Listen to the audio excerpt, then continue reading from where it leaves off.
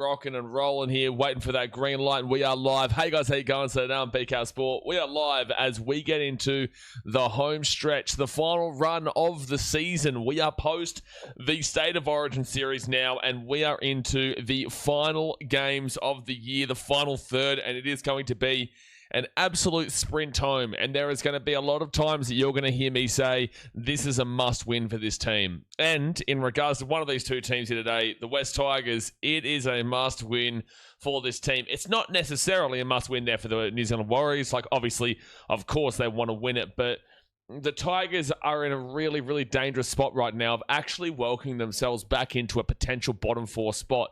Actually, by the end of this, no, not by the end of this week, because the points differential of the Eels is just absolutely awful. But the Tigers have definitely started to bring themselves down back into that conversation compared to when they were up there in the top four. And look, they're 4 points out of the top 8 right now. They have played an extra game there than the Rabbitohs, which, you know, is beneficial. But at the end of the day, they've got 7 wins. You know, the Rabbitohs have obviously had 8 wins. Manly, Sharks there with 9 wins. So, you know, let's just go and say the Rabbitohs go and beat the Knights this week, and the Tigers going to lose. They're going to be a full 2 wins behind the top 8. And there is, obviously, this is round 19. It only goes to round 27, and the Tigers do have one of their buys remaining. Now, obviously, if you are wanting to look at, you know, who is going to be making the top 8, the way that you should be looking at that is, do you believe that a team can get to 32 points? Because 32 points is essentially what you need to guarantee yourself into the top 8. So the Panthers did that last week because they've got a bye remaining and they're on 30 points right now. So they are going to finish on 32. Obviously, their minor premium is it's going to be way higher than 32. But the point matter is that, you know, the Warriors, they only need 3 more wins to get there. 13 wins is what guarantees you.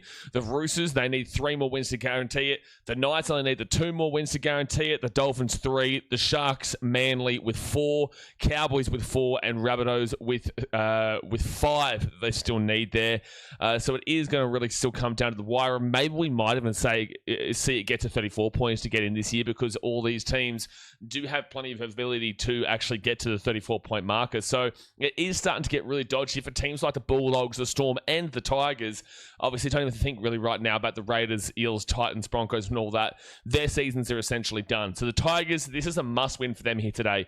Whilst the Warriors, you know, they just need to keep on moving and grooving. Obviously, not last week, they had a bye last week, but the week beforehand, they had an awful, horrific loss where they stole the game in the last seconds from the Redcliffe Dolphins, and then obviously it was stolen right back from them in the last few seconds, with the Dolphins winning 26-24. They need to get back into winning ways, because in their last 4 games, the Warriors have only won once, which is quite crazy to think about. So a 26-24 loss to the Dolphins, a 38-20 win over the Cowboys, a 10-8 loss to the Sharks at home, and obviously that 20-18 loss to the Panthers. That's 1 win out of their last 4. So they have been having quite a little bit of a slip up here. At a time, the Panthers were actually slipping up relatively as well, besides last week's win against the Rabbitohs. The Warriors really could have put a real solid push down in the throats there of the Panthers, but they just unfortunately weren't able to do that across these last few weeks. So this is a very important win for them, but it's not like a crucial you must win it, right? Because they should just get simply 3 more wins to end this season. They're not missing the top 8. That's why it's not as do or die as it is for the West Tigers. But let's get into this game here today. Let's preview it. Well, obviously, first off, we're going to go through all the games that are this round. We've got 3 Saturday games and 3 Sunday games, so it's going to be a huge weekend. And obviously this one. And then we'll get into the 2-team lineups, and then we'll get into the ladder, and then we'll jump into the chat and see what you are saying. So do me a favor, hit that like button, subscribe if you are new around here, and let's get it. So the Tigers, they play the Warriors tonight. Tomorrow, the 3 games. Dolphins and Sharks, that's a massive game there. 5th versus 6th. Both teams just absolutely dying for a win in that one to separate themselves from the Cowboys, who they're on 9 wins right now. The Sharks are equal with them. The Dolphins have got 1 more win than them. But that's a very, very big game between those 2 teams tomorrow. Then we've got Bulldogs versus the Raiders. Raiders, look, their season's essentially done, but the Bulldogs, there's a very, very slight chance that they could still do something here. But the fact is that they're 2 wins behind the top. Well, they're only 1 win behind the top 8 right now, but their points differential is just awful at -78. So they're essentially 2 wins behind the Rabbitohs, and it could be, you know, it's essentially 4 wins or 3 wins by the Sharks and Manly, whatnot. So yeah, they're a little bit behind there, but the Bulldogs, they are in last chance season. They just need to keep on winning their games, and the Raiders are just looking to avoid the bottom 4 essentially at this point. And then the final game on Saturday is the Roosters versus the Eels. That should just simply be a Roosters win, but look, I wouldn't be surprised if they go back on fraud alert. That should just simply be a Sydney Roosters win. You go into Sunday, though, Rabbitohs versus the Knights. This is also a gigantic game. Obviously, the Knights, they're fighting for their top 4 spot right now, whilst the South Sydney Rabbitohs are just really begging to keep their top 8 hopes alive, because if they lose and the Cowboys in the next game against Manly go and win, the Rabbitohs will be out of the top 8. So massive dramatic game there for South Sydney, and the Knights, obviously, they're not guaranteed themselves yet, but they pretty much are guaranteed with the fact that they've got 11 wins. It would take a gigantic fall off for them to miss the 8 from here. But yeah, massive game between those two teams. Then you got Manly versus the Cowboys, and if we're talking massive in the previous one, this one is just as big, because Manly and the Cowboys, whoever wins that game is actually in the top 8, and whoever loses that game is more than likely out of it. Like, technically, if Manly were to lose and the Rabbitohs were to lose, then Manly would stay in the top 8 in 8th position. However, the point of the matter is that whoever loses that game has a great chance of being outside of that top 8, and whoever loses it will go below the other one, and they're right on the edge of it regardless. So that's a huge game on Sunday at Brookvale. And then we've got Storm versus the Titans. The Storm, they're in their last chance season. They're slightly behind the Bulldogs there, but they've actually played one less game than the Bulldogs. That's why they've got probably a bit of a better chance there. They've still got a bye to come whilst the Bulldogs don't. Storm versus Titans, obviously Titans looking to really solidify themselves away from the spoon, with the Dragons getting a win last week. And like I said, the Storm just need to win. They just simply need to win. So that is going to be a crazy game for the sake that you'll see me get emotional, passionate, and wild. But overall, you should just expect the Storm to win that one. And then you go to the byes, which is the Broncos, the Dragons, and also the Penrith Panthers. So yeah, look, big weekend this one. Obviously, we're one less game than the full 8-game slate because of the fact that we've got those post-Origin byes. And then I think it just goes back to one bye a week from next week, yeah? It does, yeah. So the Eels get the bye next week, and then Dolphins bye the week after. Yeah, so it does just go straight to a one bye per week as we clock down on the rest of the season. But all right, let's get into this game here today between the Tigers and the Warriors. And the Tigers, they come to this game from 12th position. Warriors come to this game from 2nd position, and this is at Campbelltown Sports Stadium in Sydney. Now, the ins here for the Tigers, Jared Haywood, Jerome Luai, and Samwala Fainu, with the outs being Apisai Koroisau, Charlie Murray, and Jock Madden. The fullback is Jareen the Dream Buller, with the wingers being Tuna Torova and Jarrell Skelton, centers of Hiamasi Makasini and Stafford Toa. The 5'8" is Jerome Luai, who is the captain, and the halfback is Adam Dewey. The front row forwards are Terrell May and Bunty Fu, and number 9 is Josesi Lanyon. The back row, Samuela Fainu comes back into the team here with Sione Fainu, and the 13 is Alex Twal. The interchange, Latu Fainu, Fonua Polet, Alex Seifa, Tony Suka, Faratino Tavana, and Jared Haywood, with the coach being Benji Marshall. I'd love to see Samwala Fainu back into the team. The Tigers have started to get some guys back. Obviously, Apisai Koroisau is out. That is a huge loss for them in the hooker department for sure. But overall, you know, they've got a much stronger team than they have had throughout this really tough point of the season for them. They don't have Taylor May there. Taylor May's had just an awful run with injuries in his career so far, really, but definitely this year. But at least they've got their halves pairing of Adam Dewey and Jerome Luai, Jareen Buller. They are just missing, Apisai Koroisau was the main one. They've got Alex Twell back, who was out for a while. They've got Samwala Fainu back, who was out for a while. Fonua Bola is on the bench there, so they've decided to go with Bunty as a starter. And then realistically, it just comes down to Taylor May there, unless I'm missing somebody else in terms of the back line. So the Tigers are definitely a lot more healthy than what they have previously been, and they need it because this is a very, very crucial time of the season for them. They need a win here today. It is desperation times. Over their last few weeks, they lost 24-10 to the Dragons. You know, that is a horrific loss in the terms of this season. That was only the second win of 18 rounds for St. George, and they got done away with pretty well in the end as well. They lost 12-6 to the Knights in what was probably the worst game of the season 2 weeks ago. Just absolutely dreadful. And if you're going to play in the worst game of the season, you better at least get the win and get the 2 points, because then you're like, I don't really give a shit that it was a terrible game. At least we got 2 points, and now we move on to the next one. But if you lose it, it makes it even look worse. So these last 2 weeks have been just dreadful in terms of performance. And then you go to that game against the Dolphins, They lost 36-22, so they've lost 3 games in a row here. They're super lucky they got to play a Titans team. That's not that great, and they won 36-28. Having come back from behind in that game too. But then you go back to the 68-0 loss to the Panthers all the way back in round 14. So out of their last 5 games, they have only won once. They have lost 4 out of their last 5 games, one of which being to the bottom of the table, St. George Illawarra Dragons.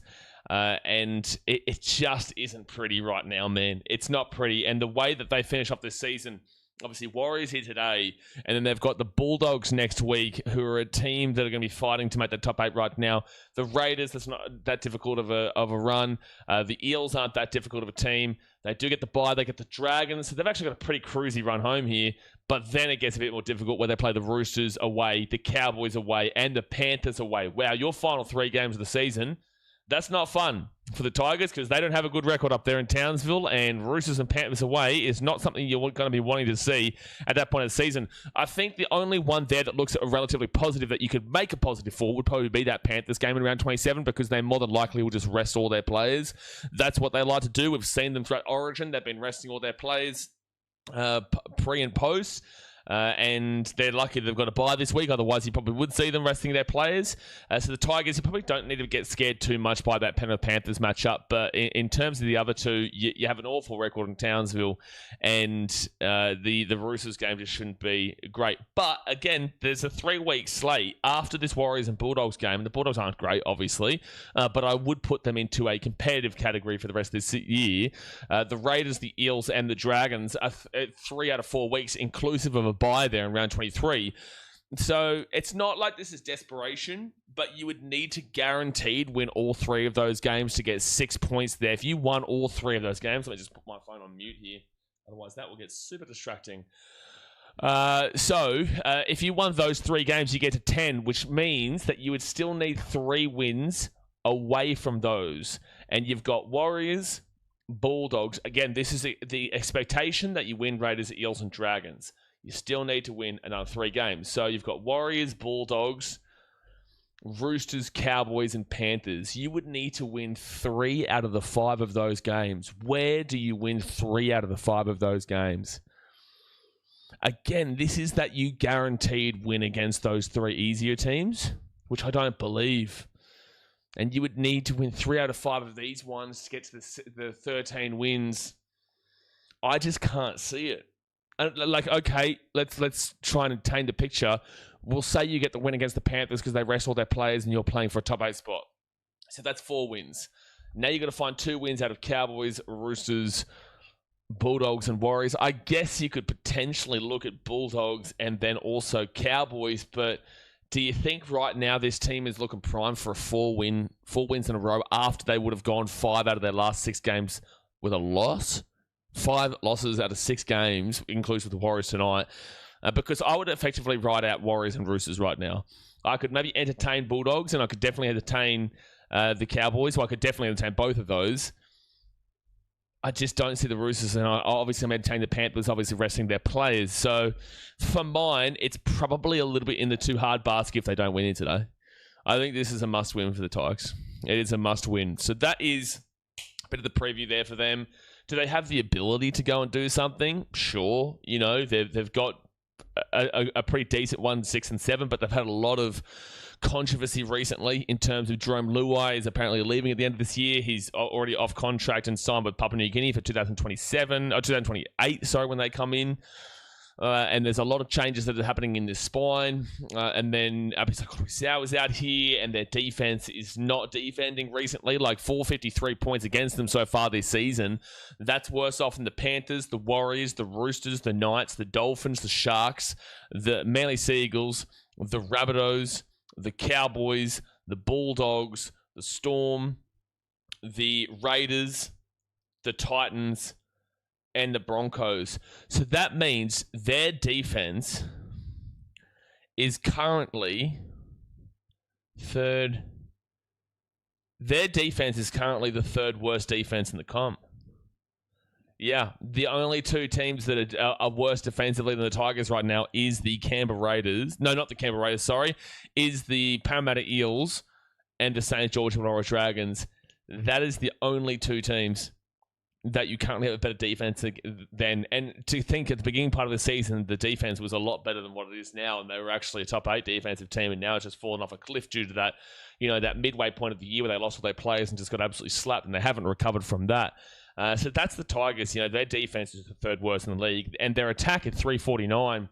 That's below the Panthers, the Warriors, the Roosters, the Knights, the Dolphins, the Sharks, Manly, Rabbitohs, Cowboys.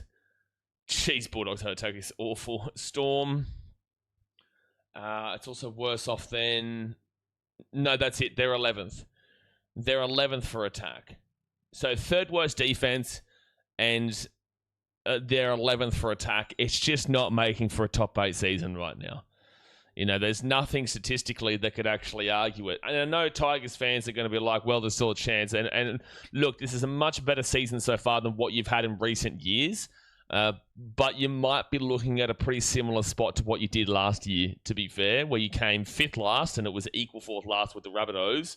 If you lose it today, there's a really good chance that you actually could drop into that bottom 4 this week, actually. No, the Roosters aren't losing to the Eels, and the Raiders, I don't think, beat the Bulldogs, but you'd be close, So I think right now it's starting to tailor out and peter out to be that kind of year for the Tigers, which if you want to think of it as a positive compared to the 3 wooden spoons in a row, great. I don't hate you for it. I don't blame you for it. But also you should start to be expecting more now as you're looking to get out of that rebuild stage, and you're looking to really put it forward. So again, you need 6 more wins for the rest of the season out of the remaining, how many games for you? There is 24 games in the season. There are 16. So you need 6 wins out of your last 8. I just don't know about it, man. But best of luck to you. And if you win today, then I think the conversation would start to slightly change in a more positive direction, despite the fact that you probably still need a bit too much to go your way. But we'll see. But let's move over to the New Zealand Warriors now, who do sit in second. Their ins are Lofiana Khan-Pereira, James Fisher-Harris, Leka the Wrecker Halasima, and Luke Laulali'i. The outs are Dallin Watene-Zelezniak, Kalis Fatialofa, Kurt Catewell, and Mitchell Barnett. So 3 massive ins for the Warriors in Halasima, Fisher-Harris, and Khan-Pereira. That is absolutely gigantic. Obviously, the Origin players are not there of Kurt Catewell and Mitchell Barnett, and Watene-Zelezniak, who is a starting winger. So a couple of outs there, but overall, some huge ins there with Leka, James Fisher-Harris, and Lofi. Now, the fullback is Tane Tuapiki, with the wingers being Chance Newell-Klokstad and Alofiana Khan-Pereira. Centers of Ali Liatawa and Adam Pompey. The 5'8" is Chanel Harris-Tavita, with the halfback being Tamati Martin. The front row forwards are James Fisher-Harris, who was the captain, and Tanner Stowers-Smith, and the number 9 is Wade Egan. Back row of Leka the Wrecker Halasima and Jacob Laban, with the 13 being Aaron Clark, and then you go to the interchange of Sam Healy, Eddie Jeremiah Tuava, Dimitri Kvaimauga, Marata Niakore, Luke Metcalf, and Luke Laulali'i, with the coach being Andrew Webster. Interesting to see Luke Metcalf's name there, because obviously he's off to the Dragons next year, and they've kind of refused to play him over the last few weeks, unless I'm wrong, and he has been injured. They have kind of refused to play him when Tanner Boyd obviously went down and got injured. This is the first time I've seen Luke Metcalf's name here on the... to be fair, he would have been probably there 2 weeks ago, because he's not on the ins list. So he probably has been kind of lingering around, but he just hasn't been on the field. Obviously, he's off the Dragons next year. If he had have just waited a little bit, he actually probably would have got that starting spot there when Tanner Boyd went down. God bless Tanner, but obviously that wasn't to be, and he's off to St. George. This Warriors team just simply should be doing the job. But the thing is that, as I said before, they've lost a few games recently themselves where they could have really put the foot down on the throat of the Panthers when they've been slipping up against teams like the Titans and the Cowboys. The Warriors, if they had just won a few games here, they could have been looking at a minor premiership. But they lost to... obviously, they had the bye last week, but they lost the Dolphins 26-24 on that absolute thriller at Suncorp. They did beat the Cowboys 38-20, which is very important right now. But they did lose the Sharks 10-8. They had a bye, and they did lose the Panthers 20-18. They did have that really, really good run where they beat the Dragons 30-12, 40-12 over the Broncos, 36-14 over the Eels. But if we go past that Broncos game, that's a different Warriors team, because that's when they had Tanner Boyd as their halfback, and he was looking absolutely unbelievable. Since that Broncos game, obviously, it has been a little bit different, where they have had to change up their halves, and it is actually showing. So if you think about it, okay, look, they went and whacked a Broncos team that's currently in second last. You know, they actually played the 2 second last and last place teams in a row. Not at the time for the Broncos, but now they are. But the point of the matter is that ever since Tanner Boyd's been injured here, the Warriors have had a slip-up. Because, sure, they beat the Dragons 30-12. With all due respect, whoop-de-doo. They then go and lose the Panthers, where both teams had origin players out, but we're talking Kurt Capewell and Mitchell Barnett compared to Nathan Cleary, Isaiah Yeo, and Brian To'o at the time. You know, and the Titans went and beat that team as well, mind you, up on the Gold Coast. The Titans beat that same team. So that's a pretty rough loss there. Then you had the bye. You lose the Sharks with no attack in that game. You really struggle on that one, 10-8. Okay, you went and beat the Cowboys 30-20, but we also know the Cowboys are not the prime products. Like, they know how to get wins, but they're also just not consistent whatsoever. But then you've also gone and lost 26-24 to the Dolphins. And again, what was a great game, a quality game, and just the better team on the day won it. But it is obvious that once you've lost that core halfback there of Tanner Boyd, which is similar to when you lost Luke Metcalf last year, and then you completely dropped off a cliff. Not that your attack was ever really good, but it was just your defense that was really winning your games last year. But the point of the matter is that the Warriors are in a little bit of a sticky situation right now where they are currently looking like there is a potential of similarities to last year that are opening up.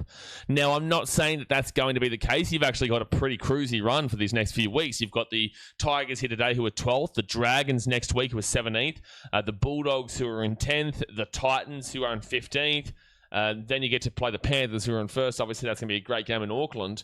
But then the Broncos in 16th. You finish off the last three games pretty difficult. Rabbitohs, Knights, and Manly, who are all going to be competing for something. But that next month of play is beautiful. Like, you'd be loving it. This next month, Tigers, Dragons, Bulldogs, Titans is brilliant here for the Warriors. You should be. If you are the team that you claim to be, if you genuinely believe that you're going to be winning a competition this year, if you genuinely think that this Warriors team is the real deal, you need to win all four of those games.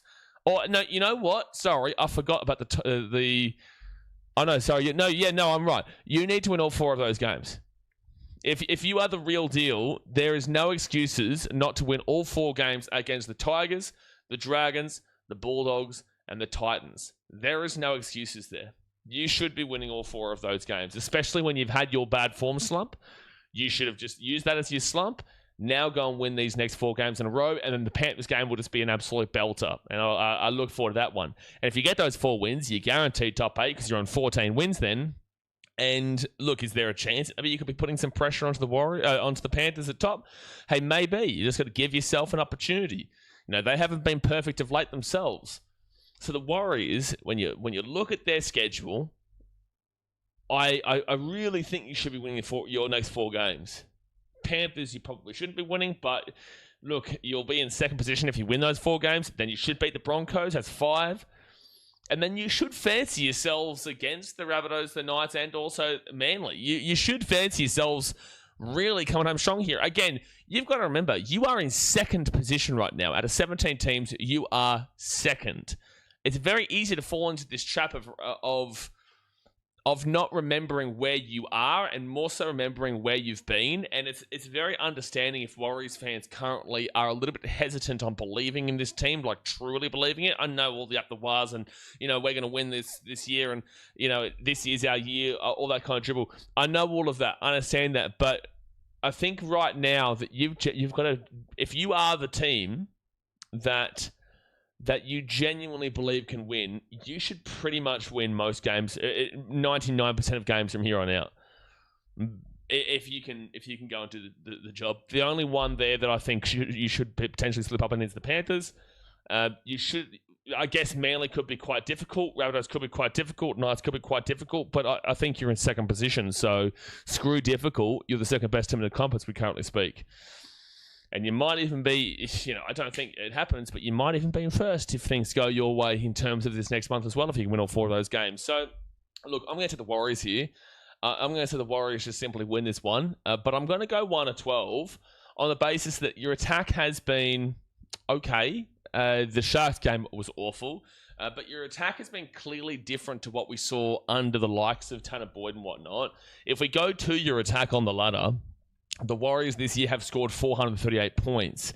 Now, that is the 3rd best attack in the comp, which is behind the Panthers and also the Dolphins.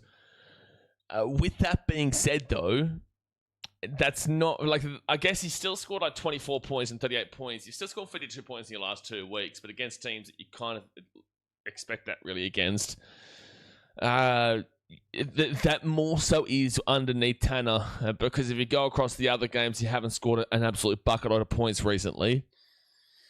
You've just got to have confidence that this Warriors team is going to remain intact, despite the fact that post Tanner it hasn't looked as pretty as it did pre Tanner. But then you go defensively, and at the very least, their defense is just absolutely incredible. It's the second best defense in the league right now. Only team better than it is obviously the Panthers. 270 is incredible. You know, the only team close to them is Manly at 290, and that's realistically about it. Everybody else is into the 300s, and obviously you got teams down there that are going to be hitting the 500s this week, which is just absolutely insane. Looking at you there, Parramatta. You are on 479. You will give up 21 points to the Roosters, and that's going to make me sick watching that game. But let's get into the ladder. So I'm going to give some respect to the Tigers and say, look, they're fighting for a top 8 spot right now. I think they'll give it a crack, but I think the Warriors, if you are who you say you are, you'll win this game, and if you are who you say you are, you win this game 13 plus. You screw my prediction. If you are who you say you are, you win this game 13 plus, and you slap it down. I also just realised this is a late one for people in New Zealand, so enjoy going to bed at midnight tonight. I just realised that this is the 10 p.m. game for you guys over there, because there is no 6 p.m. game time slot over here. I'm surprised they would have put the Warriors on a Friday at 8 p.m. Over in Australia, full well knowing that obviously back home it's going to be 10 p.m. I would have just put on one of the Saturday or the Sunday slots, but whatever. So I'm going to take the Warriors 1 to 12. If you believe you are who you say you are, and you are the better team, and you are in second position, you should win this game 13 plus. But be careful of teams that are hunting for a top 8 spot and in that desperation time of the season. Now let's get into the ladder. The Warriors are in second position on 26 points with a plus 168 points differential. They're equal with the Roosters on 26 and the Knights on 26. Now the Roosters are on plus 60, the Knights are on plus 41. The Warriors, if they win this game, they would be 2 points short of the Panthers on 28 points. The Panthers have a bye this week, so they'd actually still be 4 points short of the Penrith Panthers there. But with a win here, it would keep them alive in terms of maybe being able to chase down on the Panthers on the basis that they'd only be 2 wins short of them then. They'd still be the 6 points away, but they would be... Oh, no, sorry, they wouldn't be. They would be still 4 points away. They'd be on 28, and the Panthers would be on the 32 there. Long story short, Warriors with the win here can keep it alive. However, there's no one who's even close to them really besides the Dolphins on the points differential. Like the Dolphins on 24 points with a plus 130. They're on plus 168, but the Panthers, they have plus 280 right now. That just shows you how clinical they've been in comparison. So Warriors with a win, you will finish this round in second regardless. With a loss here, however, if the Roosters beat the Eels, you go to third. If the Knights beat the Rabbitohs, you go to fourth. If the Dolphins beat the Sharks, there's a great chance that you go to fifth. But if the Sharks beat the Dolphins, then you just stay in fourth position there, and that's as far as you could go. So you could finish anywhere between, with a loss, you could finish anywhere between second and fifth. But pretty much you would be, I would back the Roosters to beat the Eels, obviously, and I don't know Knights, Rabbitohs. But again, if Knights beat Rabbitohs, you would be in fourth. And then it just comes down to the fact that it's a 38-point swing. So you would need to lose by, say, 20. The Dolphins would need to win by about 18. They'd go above you. But I just think that's pretty unlikely there. So long story short, I think you come fourth this week with a loss. I think, well, at third or fourth, it's very difficult. Anywhere between second and fifth, really.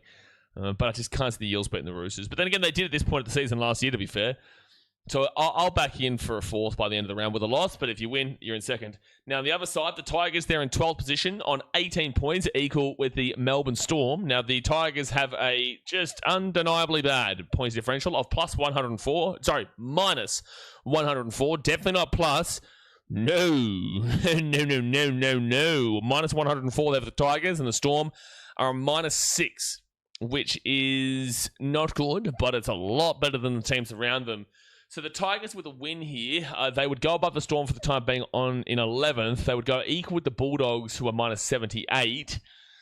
And then just have to hope they lose to the Raiders. But really speaking, you're just probably not going to be going up any spots here this week with a win, because they're minus 78, you're minus 104. That's a 88, 98. That's a 26-point swing.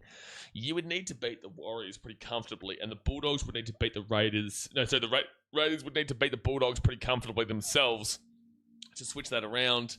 Obviously, anyone who's not a Titans fan is thinking the Storm should be winning that game. They're down there in Melbourne on Sunday. So with a win here, I'm probably just expecting that you finish in 12th this round. But at least you would be on 8 wins, and at least you'd be still jumping down at the bit, getting close to that top 8. If you lose this game, however, well, it's going to get dodgy. And so the Raiders, if they were to beat the Bulldogs, there's a really likely chance they go above you. So the Raiders are on 16 with a minus 115. The Tigers are on 18 with a minus 104. All it needs is 11-point swing. So the Tigers lose by 6 and the Raiders win by 6. The Tigers would go into 13th position. The Eels, they're on minus 160. So let's assume the Tigers lose this game by 26 points and go to minus 130. If the Eels were able to win the game against the Roosters by 31, 32 points, then the Tigers would actually go into 14th position. But that's just simply not going to be happening. The Eels are not going to be winning their game by that much. So you would probably be quite likely to be putting yourselves into 13th. But then again, it comes down to if you believe the Raiders and who wins out of that Raiders-Bulldogs game, which earlier on the season was like a 4-point game, which was in Canberra, I think, in round 2 after the Vegas games. If I'm not mistaken, it could have been round 3. I'm not too sure. Either way, Tigers, chance of 13th, really small chance of 14th, unless you lost this game by, 60. And then the Eels, no, again, it's just not happening. Like, realistically, the lowest you're coming is 13. But that is the table. That is everything we're expecting today. Looking forward to hopefully seeing a good game, but for all we know, the Tigers could get absolutely slapped here and the Warriors could run away with it, but I just don't know about their attack right now, the Warriors. I want to see them really put this Tigers team away here today, and to really dominate a team that is shit hitting the fan behind closed doors. Well, not even behind closed doors anymore, but shit hitting the fan in regards to the media. Obviously, loss after loss after loss recently. Warriors, you've had similar, but this is where you need to bounce back and you need to get out of this form slump that you've had in the middle part of the season. But obviously, guys, hit that thumbs up button, subscribe if you are new around here, and let's get into the chat here for today. Davis' Warriors up by 32. Look, I am going to respect the Tigers in saying that this is a team that needs to win to keep their hunt for the top 8. If I'm talking about just on paper, on merit, like who I believe wins this game, it should be the Warriors and it should be 13 plus. But I just can't trust the Warriors as we speak in terms of their attack post Tanner Boyd, because there has been, more losses than wins by a pretty significant amount post Tanner. So I need to see them go and score a lot of points here today against a Tigers team that is the 3rd worst defensive team in the competition. They're fighting for a top 8 spot, but they're fighting for a top 8 spot, whilst the Warriors, they're fighting for a minor premiership technically. So this Warriors team, if they are who they say they are, they should be winning this game by a whole hell of a lot. I'm going to be timing that comment out. So, I'm going to time that comment out, man, in regards to, hey, should I leave Australia? I'm an Indian. No, nothing to do with who you are as a culture. I'm just going to call you a dickhead, because that's a stupid comment to make here. You're inciting negativity here by bringing that up. Nobody finds it funny in terms of this comment section. You have no idea in regards to what my response is to that. But the point of the matter is that people like you are a problem, because you're just trying to encourage racism with a comment like that. So I'm going to time you out for longer, by the way. I'm not even going to do it for 5 minutes. I'm going to time you out for half an hour. If you want to stay, you can, but we'll see in half an hour, because that's just not on. Annie says, hi, Blaze and BKR fam. How are we all? The Wars 13 plus for me. The Tigers were dreadful against my Dragons last week. The Tigers were dreadful against my Dragons last week. Yeah, they were. Yeah, they really were. The Warriors should be winning this game by a lot, based off if the Tigers, and it's not even that though. Like, look at the Tigers game against the Dragons, but also look at the Tigers game the week beforehand as well. Yeah, it's just not been a good couple of weeks for the Tigers at all. And the Dragons game really, hit it home for that. So, yeah, absolutely. The Wars should be winning this game 13 plus, but also a team that's desperate. They are at home as well. It is at Campbelltown, but they are technically at home. So we'll see if the Tigers can put a little bit of a stab in the dark towards getting to that top 8. Cheatsy Michael says, a Tigers win will be funny. Well, look, we have a lot of Warriors fans here, so with all due respect, it would be quite funny in a way that nobody expects it. It'd be pretty cool to see in those that way, but in terms of, do I think that's going to happen? No, I don't. And I would prefer to see the Wars win. Like, at the end of the day, the Tigers aren't really playing for anything this year. Like, they're really not. Like, yeah, sure, okay, you're playing for a top 8 spot for the first time since 2011. I get that. But I would like to see a Warriors team who is up there in second and is technically competing for a premiership. I'd like to see them go and actually prove it so that we know that when we get to finals time, we're not going to see them just bounce out immediately like we saw last year. Because last year was embarrassing. With all due respect to Warriors fans, last year was embarrassing. They fell off a cliff in the back end of the season, and they were top 4 until they weren't top 4, and then I think they finished in 7th or 8th, and it might have been more so. No, it was 7th because the Roosters came 8th, but they finished in 7th, and then... No, it might have even actually been 6th. Where'd they finish last year? But then they just got absolutely humiliated by the Panthers in week 1, wasn't it? Hold on, where'd they end up finishing?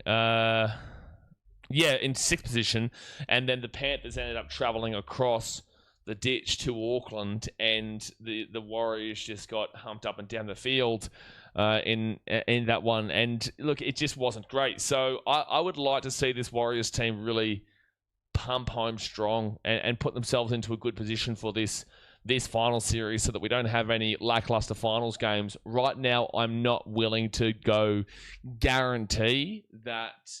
I'm not willing to guarantee that the Warriors are the team that we've seen throughout this first half of the year. Cheesy Michael says, I swear on my house on my left toe the Dragons win the comp. Okay. Tiger says, no one cares.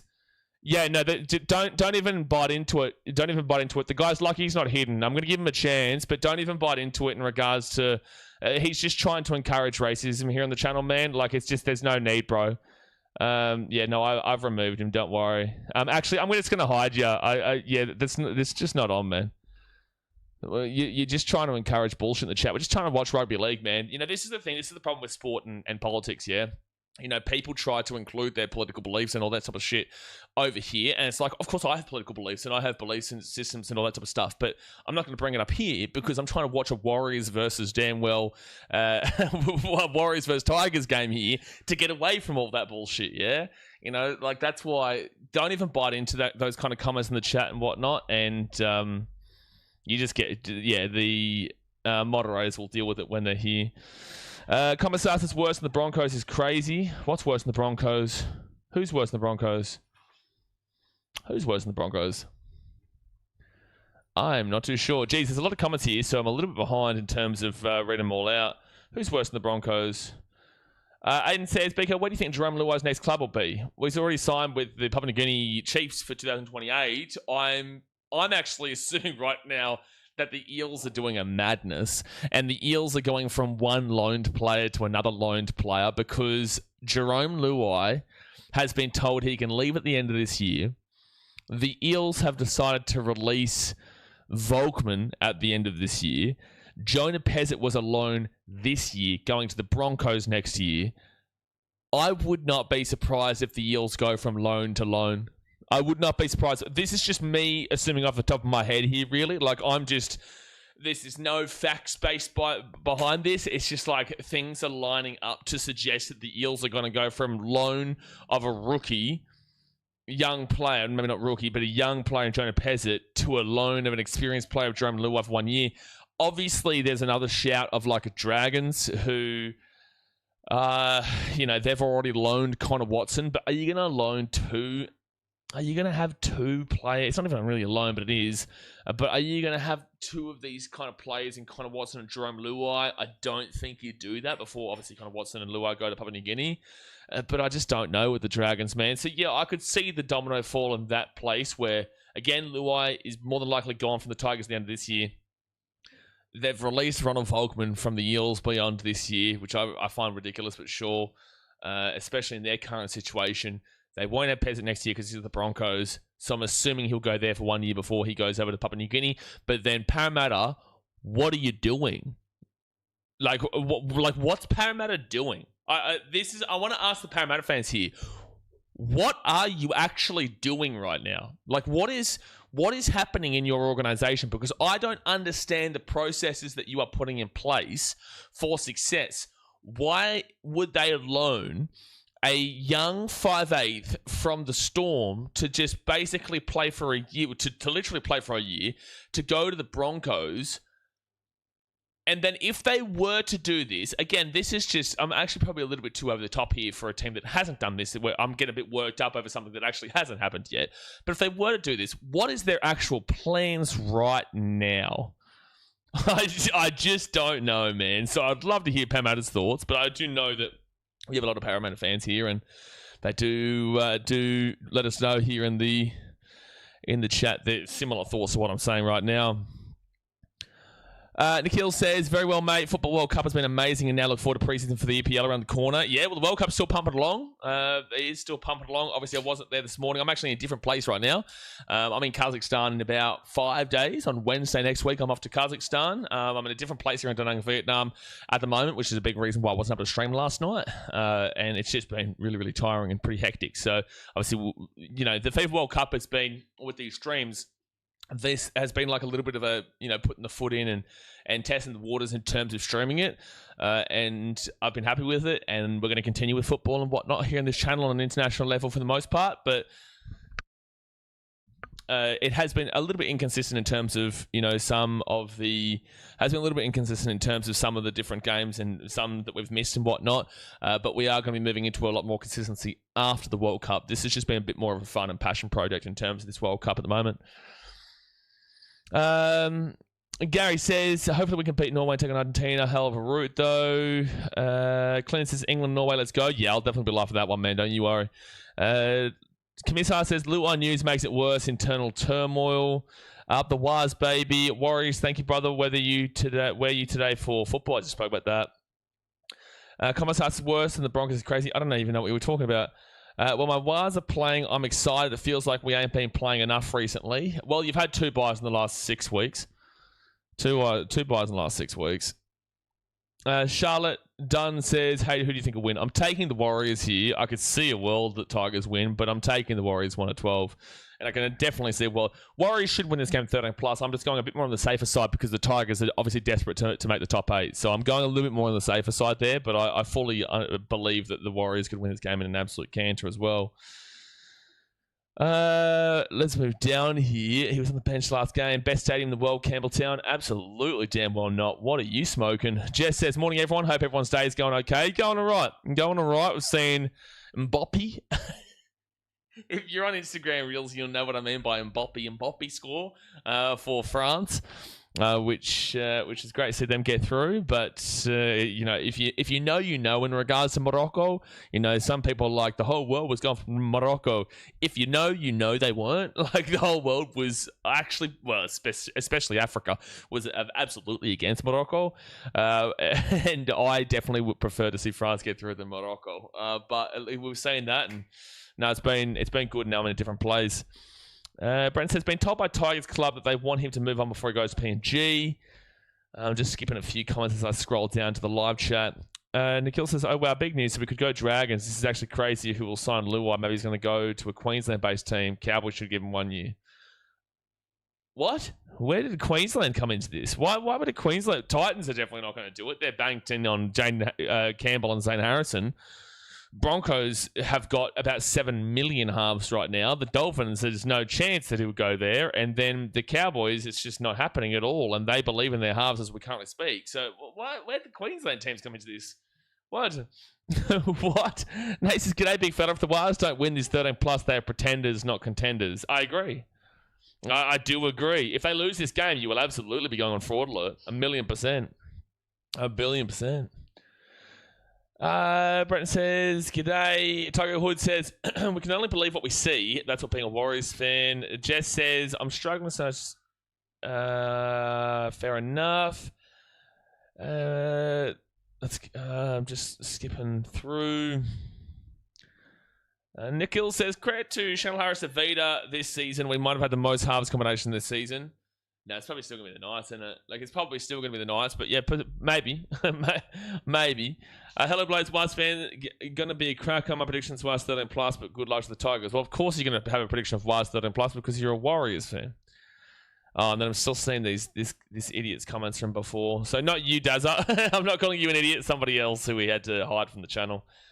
Jess said, oh, no, go past that one.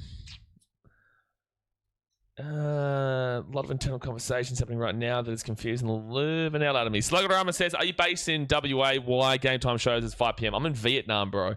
The game time's going to show even weirder for you guys soon. So last year I was in India, and that was 3 hours behind where I am. Oh, it might have been 2.5, 3 hours behind where I am now. But I was in India. The time zone was weird for you guys there. I'm going into a similar time zone. So I'm in Almaty, Kazakhstan from next Wednesday. And that's 3 hours behind where we are now. So this game will be on at 2 p.m. my time. And the early game will actually be on at 12 p.m. So it's good. We get during the hottest time of the day, we get the games out of the way, which is great. But yeah, I'm not in WA. I'm from the Gold Coast, but I'm just in Vietnam as we speak. It's just happy with Socceroos. Guys, rugby league stream, mostly we talk rugby league. Mostly we get into rugby league. We've got other football streams that we'll talk football World Cup stuff on, but for the most part, obviously rugby league. 15 minutes to go here until the NRL game does kick off. Let's move this down. And he says, g'day Wise fans in the chat. Don't forget to give the bloke a thumbs up for streaming the game via. Get around it. New Zealand guy says, Wise better win this well, or are they are a scam? I'll put them on fraud alert. I won't put them on scam. But to be fair, there is an argument to be made, Warriors fans. There is an argument to be made for scam on the basis that I'm actually kind of nicing you here. I'll be honest with you. Like, you lost to the Dolphins, you won against the Cowboys, you lost to the Sharks, and you lost to the Panthers. So, like, you're lucky that, like, there's a couple of the Sharks are in the top 8, the Dolphins are in the top 8, the Panthers are in first position. You're kind of lucky that it's against 3 teams there that are good. The Sharks are scam. You did lose to them. I do nearly want to put you on fraud alert now because I didn't do it earlier, but I'm not going to do it. I'm going to wait for this game here. I'm going to wait for this game.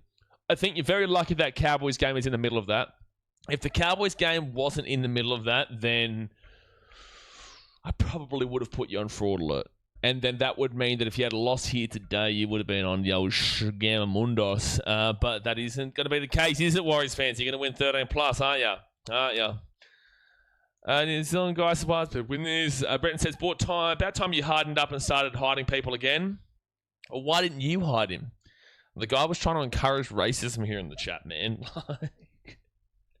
No one... Guys, I'm going to put this out there. When it comes to this chat and when it comes to these streams, I don't care who you are. I don't care where you're from in terms of what you believe and your religion and all this type of stuff. Obviously, I believe in Jesus Christ. I am a Christian. But that doesn't mean that you can't be of a certain anybody and not be on these streams. We don't really care about that because we're here to talk about sport and enjoy sport.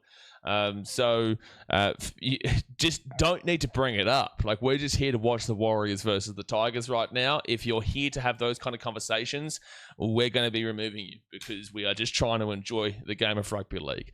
So just a little bit of a pointer there for everybody. Jason says, I looked at this game and thought it was Saturday night for a sec. Mitchell says, Parramatta really have no other options. It's not like a Volkman. Ooh, that just skipped across a whole bunch. Volkman is the long-term 6. Well, yeah, but they've got... Who's their long-term 6? So who do they go... Like, it just doesn't... It's all over the shop. Jaden says, because Parra's waiting for 2028 for Lorenzo to be ready for first grade 6. So why would you get... Okay, so if Lorenzo is ready for 2028, why would you get rid of Aha? Like, it's just a shambles, bro. They're in a shambles. They're a shambles. They're a shambles. There's more questions behind that question, Jason, than question did question. We have future immortal Kyle Flanagan. We don't need Luai. Oh, jeez. Pene Menez is up to Waz. Who's our try scorers, Jess says? Try scorers tonight, I'm going to lock in for the Tigers back line. For the Tigers back line, I might go with a Sonia Dorova. Sonia's up against Loff. I'll go Sonia Torova against Loffy, but I'm probably going to go the opposite as well. But I'll go Sonia Torova in the back line there for the Tigers. And then for the forwards, he's back. I'm taking Samuela Fainu. I'm going to take both the guys who are back in the back row. So Samuela Fainu for the Tigers. and Sonia Torova for the back line. And for the Warriors, I might actually link in with a bit of a sneaky here and go like a Chanel. There might be a little bit of a sneaky, or maybe a Tamani Martin, but Tamani Martin's a 7. I'm going to go Chanel. I think Lofiana Campera is the obvious answer here. But I'll go Chanel Harris Davida here, a little bit risky in the 5'8". And then forwards-wise, I'm going Leka the Wrecker. I'm going Leka the Wrecker, and there's nothing that anybody can do about it. I'm taking Leka the Wrecker Alasema. So for Tigers, I'll go Sunga Turova and Samuela Fainu. For the Warriors, I'll go Harris Davida and Leka the Wrecker Halashima. That's what I'm going to be doing. Terminox says, hoping to see Leka find form at the right time. Waz misses X Factor. I would argue, Terminox, that he hasn't had any X Factor all season. I don't think this has been a good year for Leka Halasema at all, actually. Last year, he was unbelievable, and we saw some real, unearthed talent that was coming through. And this season, I've been super disappointed by the output, because we know that Leka can be far better than what we have seen. Yes, obviously, he's had this injury and all this type of stuff, but like we know he can be far better than what we've seen throughout this year. So, yeah, I'm hoping that he finds that form at this time of the season as well. 100%. Islam Makashev says, let's go up to Waz. Hopefully Chris Butler isn't too harsh on us. Chris Butler, Muppet. Walter Skipper says, up to Waz all day. Bonza says, happy Matariki Day, everyone. We got this, go Warriors. Happy Matariki Day for everyone there in Aotearoa. I'm not too sure. I know people say this every year. People bring this up every year, and I ask it, what is Matariki Day every year? But I forget every time. I'm pretty certain we have this every year on these streams. And I'm like, what's this? And you guys tell me. And then I'm like, oh, cool. Well, happy Matariki Day. And then I forget about it by next year. Jeremy says, will be an interesting game to watch considering Tigers just fired their play captain. Well, they didn't because he's playing here today. Gary says, yes, I did. Morocco's tactics were awful. That's because Morocco, debatable. Why did the Knights and Eagles lose fraud? Oh, wait a second. You might be right here. I've had to change this around a little bit. You might be right here. I think Manly were definitely... Oh, my gosh. Oh, my gosh. You're right. Oh, my gosh. Manly, you're lucky you're not on scam after that. How the hell did Manly get off of fraud? How the hell Manly get off of fraud after a loss to the Parramatta Squeals? Oh, my gosh. You're so right. You are so damn well right. Hold on a second here. Fraud alert central right now. Fraud alert central. Oh my gosh, Manly. You are absolutely fraud alert, son. Get a grip of yourselves. Buddy, fraud's trying to sneak off that. And, do I put the Knights back on even though they've won games in a row? Yeah, look, I'm going to keep the Knights off of it. I'll keep the Knights off of it. But Manly, I still think they're frauds. But Manly, you're definitely fraud. You're billion fraud. Losing to Parramatta Squeals. What do you think this is? What do you think this is? You think this is a bunch of tiddly? Do you think this is a game of having fun? There's no fun here, son. You lost to Parramatta. Parramatta. The Squeals. Oh, my gosh, Manly. Making me sick right now thinking about it. Chad says, Luai's top 3 West Tigers in that squad. Experience-wise, sure, but what's he really done at the Tigers? I'll put that question to you. What's Luai actually done at the Tigers? That's a great question. What has Luai actually done at the Tigers / for the Tigers? What has he actually done? Now, the fans are scammed, not the team. We keep doing it to ourselves. Future Bosky says he's streaming the game. Due to broadcasting restrictions, that's illegal. Nikhil says something that's already skipped past. Where is it? Oh, I think it's a Māori New Year based upon a constellation of stars that's viewed at this time of the year. Well, fair enough. Jasmine says, think it started the Māori New Year. It's a relatively new public holiday, started around 2020. Oh, so it was obviously, surely it wouldn't have started around 2020, but officially maybe recognised as a nation maybe in 2020 in terms of a public holiday. But happy Matariki Day for everybody. Happy Matariki Day. Jake says, who said Knights gone fraud? All right, just because Jake's trying to cause a little bit of trouble, you're going on fraud. To be fair, I didn't take it off it last week. I didn't do it. I didn't think there was enough to be taken off of it, but you're on fraud. I said it, Jake. There you go, mate. There you go. There you go. That's just for you there, Jake. That's just for you, mate. Jamie Doyle says, do you think AKP goes back to the left or does he play on the right? Don't know whether to play him in draft. I actually have no idea really how to answer this question. I would assume probably... Oh, I don't know. I actually don't know to answer your question. I really don't know. Yep, Jake's been timed out for 5 minutes by Brenton because he's now recognised that I've had to put fraud alert on the Knights, and Brenton is a Knights fan, and that's your fault, Jake. So fair enough, Brenton, in regards to that timeout.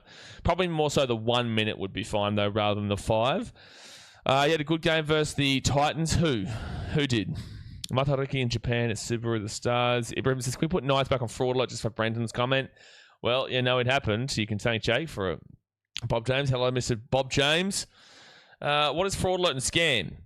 Well, let's piece together what fraud means, and then let's piece together what alert means, and then let's do something crazy here. Let's combine them, and then let's try and figure out what that means when they're combined. The definition of scam is Cronulla.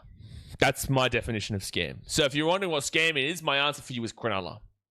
And if you ask what it is, my answer for you is Cronulla. And if you say, no, but define what scam is, I would say Cronulla is my answer to you. That's how I would define scam. Massive scam. Massive scam. Massive. Jason says, why wouldn't Luai just take a gap year and just go travel and get your body right for 2028? Tigers will still pay him. Because that is the worst possible idea. Because your whole life has been developed. Sorry, this is a funny one, man. This is a horrible piece of advice that you've just provided.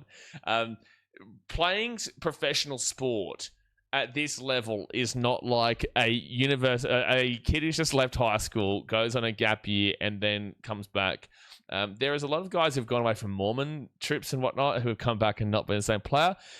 Bro, these guys have been playing week to week rugby league on a consistent basis with their body since they were like 4 or 5 years old. Obviously, very different levels back then, but it's a consistent theme. You take that away for a year, and the match fitness would be just diabolical. The training would be diabolical, and the player would lose so much in terms of who they are as a player. Because you've got to, if you're talking like a gap, let's just go to Spain, let's just go to Mexico and start drinking tequila. Like, that's not how it works, bro. Like, you go to tequila, drink in Mexico for a year.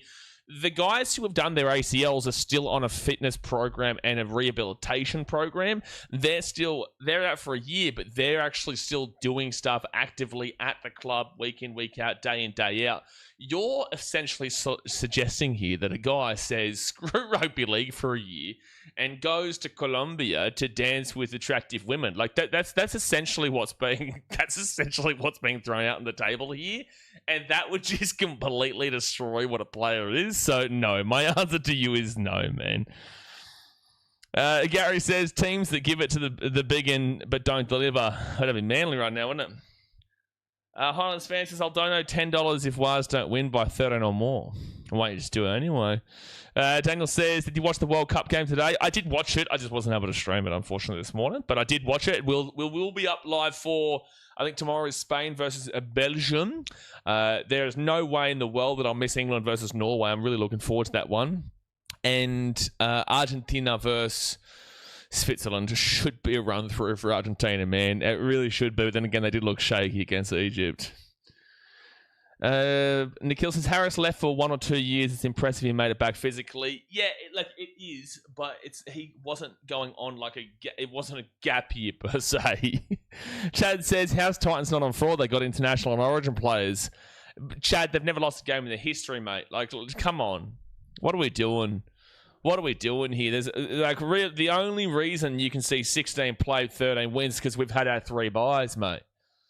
We've had our 3 buys, and I don't want you to even try to argue around that and suggest, well, that doesn't make sense because, well, the buys don't get included as games. They do over here, all right? So don't want to hear it. It's excuses from people who are Titans haters, and if you look right there, that's the official ladder.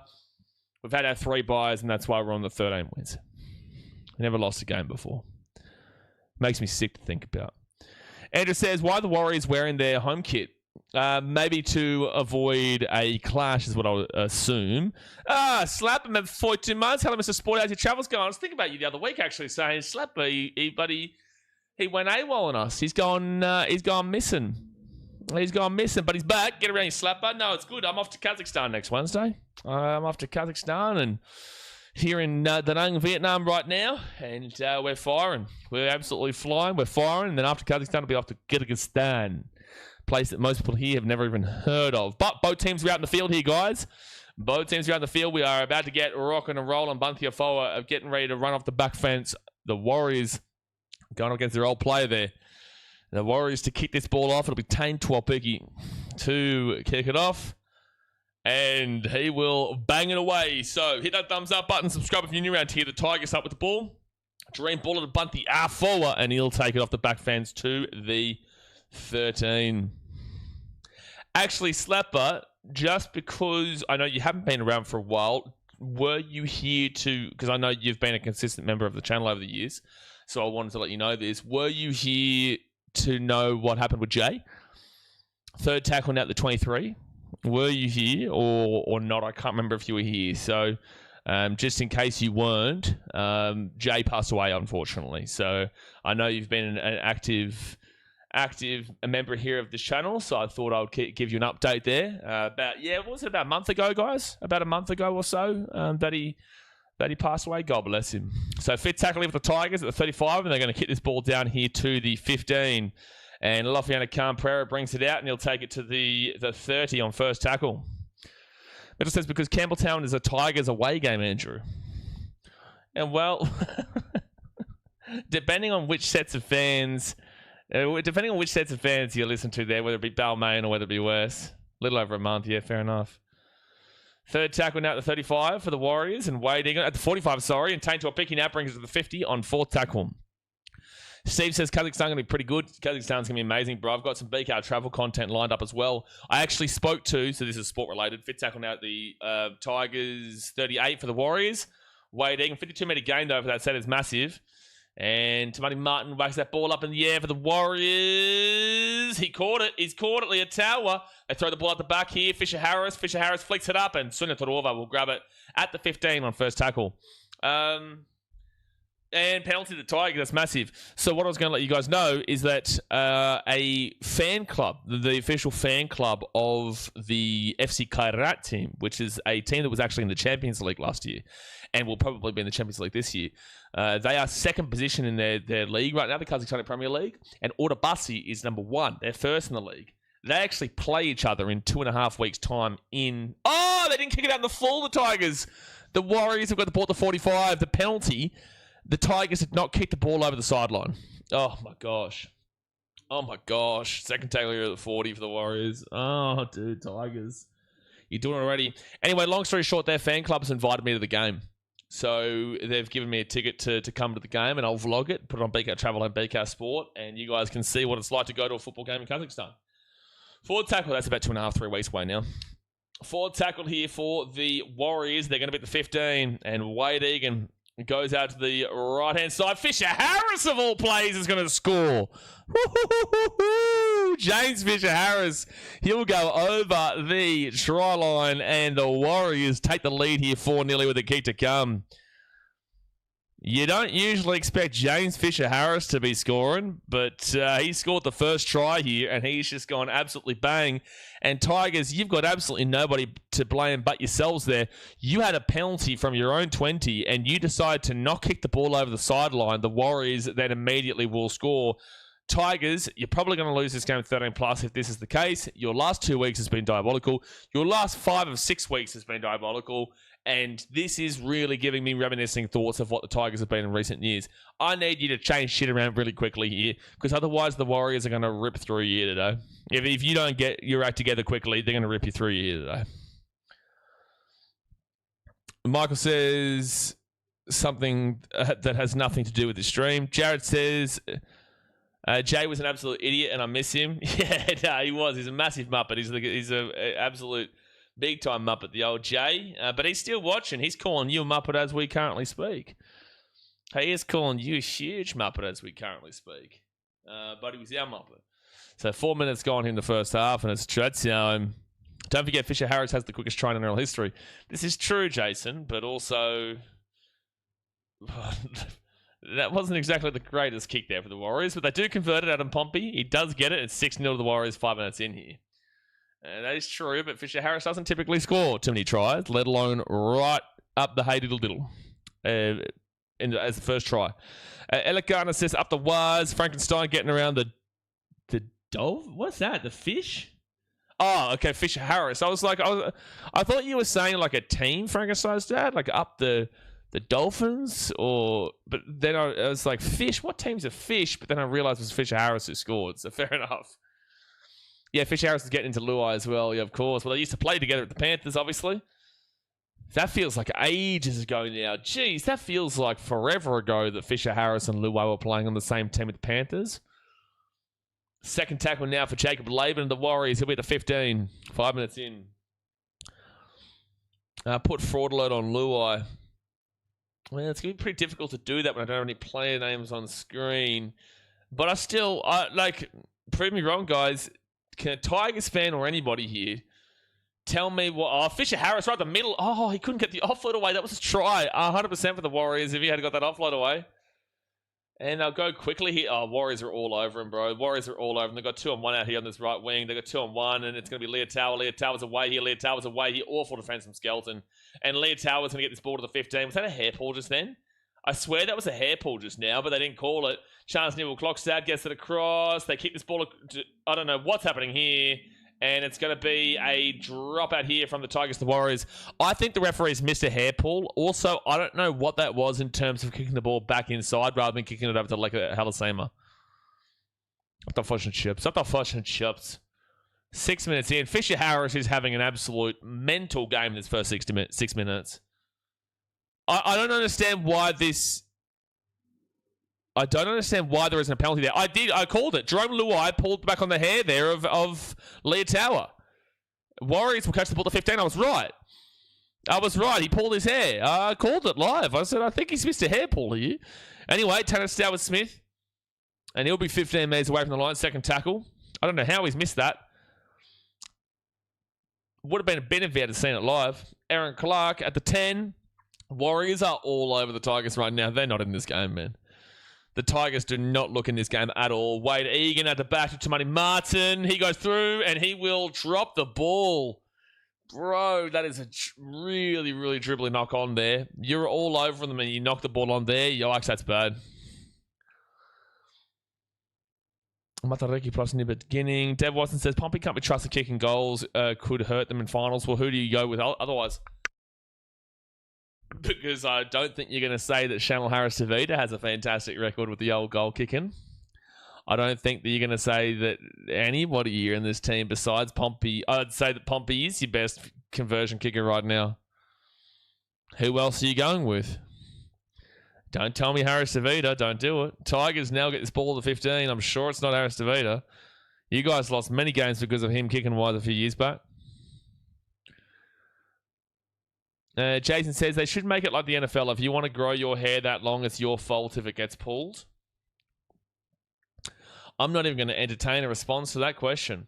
Third tackle, that statement, sorry. Third tackle here at the 20. 8 minutes gone here. As a man, nobody should ever be pulling anybody's hair. Like, as a man saying this, nothing about rugby league, but just in general... If you're pulling on someone's hair as a man, you're a cat. You just simply are a cat, in my opinion. If somebody else disagrees, let us know why. But I just think that you are just a massive puss if you're going to grab another man's hair. First tackle at the 35, and it's going to be Lofiana Kumper. I'm not calling you that, by the way, Jason. I'm just saying that if somebody does that, I think they're a massive cat. Thought this game would be a throw game, but I don't understand this trying to... What? It would be a though game, but I don't know what you've just said. Wade Egan, that's a 6 again for sure. That's 100% a 6 again. Oh, this referee's having a shambles already. 45 out. We love referees in the NRL nowadays. Aaron Clark at 45. And Wade Egan gets this ball across. White Raymond is having a bit of a stink already in this first 8.5 minutes or so. I can't believe he didn't call 6 again there, but that hair pull miss was just massive. If you want to walk alone at night, it's your fault if you get robbed. I'm really grateful that you went that path there, Jake. I'm really, really grateful that you chose that path. But like it's a good way to use that comparison. Like it's like just because they grow their hair, okay, so you're allowed to pull them now. I don't know what Deaky's talking about. I don't know what you're on about in the chat, man. 4th tackle at 30 for the Tigers. 10 minutes gone. 30 minutes to go the first half. Hit that thumbs up button. Subscribe if you're new around here. Samwala Fainu will bring this ball to the 40 on 5th tackle. Chanel can kick. No, Jeremy. No, mate. So the Warriors staying 12 picky. He's going to bring it out here to the 35 on 1st tackle. I'm saying that the NFL, the long hair is considered part of the uniform, and if it accidentally gets pulled, it's too bad. I know what you're saying. 1 second, left-hand side, they're away. Leka Alasima on the wing here. Leka Alasima's away. Leka the wrecker. Leka Alasima's away here on the wing. Look at Leka go. Leka playing winger just now. And he's just made like, what, a 16-meter gap? 16-meter break? That's incredible from Leka. Great pass out there to him as well. To Marty Martin, gives it underneath to Jacob Laban. I'm telling you, the Tigers are showing all signs right now. All signs, all systems are go of losing by 50. Yeah, it's a worrying step for the Tigers, Walters just said. Aaron Clark is going to run this ball straight. It'll be 4th tackle, 2 minutes out from the line. I know what you're saying, Jason. I'm just heavily disagreeing with that thought process. Oh, my gosh. You know what, though? It's going to be a knock-on from the Warriors. You know what? You guys are knocking this ball on a ridiculous amount here, considering that you are literally all over the Tigers. You should be up 18-0 right now. You should be up by a significant amount, but you're only up by 6 and you keep knocking the ball on right on the line. May has been caught out late in the game on defense because he's a big unit. Well, Warriors, they're cashing me out in terms of they've been slaughtering the Tigers so far, and yet they just keep dropping the ball. All right, so Tigers now, they'll be at the 15 on 1st tackle. Get into the game right now, Tigers. Please, get into the game. Sunitarova out of the 25. I actually quite, like on my Supercoach draft, I originally had Leka. I dropped him whilst he was injured. I brought him back this week, so I'm just like, I can't not have him in my team. So I brought him back in, so I'm super happy with that breakaway just then. But I did bring Leka Alasima into my draft team. For those who don't know, draft, you can everyone in the league can only have that like only one person can have that player, so nobody else has Leka. He's been relatively disappointing when he's been on the field this year, but I just thought against the Tigers, you have to get him back in, and we all know what he can do. 5th tackle now for the Tigers, the 45 on the Warriors side of the field. And Luai puts that up here to the 15, and Dream knocks it backwards, and Warriors... Charles Neal-Klokstad gets it. Harris Davida. Harris Davida's away here. Harris Davida's away here. Can't get the ball offload to Loffy. There's a penalty here. The Warriors coming up. I tell you what, this game is a shambles right now. Warriors, you should be up here by 20. You should be up here by 20 right now. So Dream gets it, knocks it back into Charles Neal-Klokstad. And then Neal-Klokstad's going to pass this ball away and then just gets leveled by Bunty, I think it is. Yeah, he does. That's a sin bin. He's a sin bin. Bunty Afoa's going to the bin here. That's just so dumb. That's just such a rugby league front rower mindset. That is so dumb, bro. 1,000,000% Bunty Afoa is going to the bin for this. Like, it's quite literally like 2 to maybe even 3 seconds post the pass. He's gone and just whacked into... Yeah, he's gone to the bin. It's just such a stupid... It's just such a stupid penalty to give away, and it's going to be a sin bin. Ample opportunity to pull out, correct. He follows through with force, significant whiplash, and his head hits the ground and he's in the bin. Yeah. Yeah, probably remove that comment there, Brenton. Where he says, Bunty wanted a rest, so he got himself binned. Yeah, well, he's off. Yeah, old teammate. Warriors are legendary for self-sabotaging. That's true, too. That is true. Team is so far away from the team that beat us earlier this season. 100%, man. This Tigers team in this first 12 minutes have looked just horrific. The only reason the Warriors aren't up by 20 right now is because of their own mistakes. That was absolutely grubby. Yeah, it was awful. It's 10 p.m. New Zealand time, past our bedtime. Yeah, 10:15. This is not usually a time slot that you would be given, but because there's no early time slot here for the 6 p.m. game, which would typically be 8 p.m. Oh, it's a penalty of the Warriors. Oh my gosh, Tigers, you're gonna kill me today. Which would normally be the 8 p.m. game, but because there's no 6 p.m. game, you don't get it. One a HIA. He might still get a HIA, to be fair. He may still. But it's also a good question. David says, Benji's lost the locker room. There's no discipline. No, I wouldn't say that Benji has lost the locker room, no. I would say that their season this year has been absolutely pillaged by injuries, and they've not had the depth, they've not had the stamina, and they've not had the team culture to overcome it like other teams can. Would Tigers fans disagree with that? Aaron Clark's going to bring this ball here to the 15 on third tackle on the Tiger side of the field. Must be an old grudge from last days, that. Maybe. Fisher Harris now brings this ball to the 5 on fourth tackle. Fourth tackle, Wade Egan out the back. Easy stuff. Adam Pompey to Luffy on a Cabrera. Try time for the Loftmeister. Luffy, Luffy, Luffy, Luffy, Luffy, Luffy, Luffy, Luffy, Luffy, Luffy, Luffy, Cabrera. Luffy, Luffy, Luffy, Luffy, Luffy, Cabrera. Luffy, Luffy, Luffy, Luffy, Luffy, Cabrera. Try time. 40. Wow, son. It is 10 to get to come. Well, there's that obvious one that I was talking about. There's the obvious try score in this game. That was just way too easy.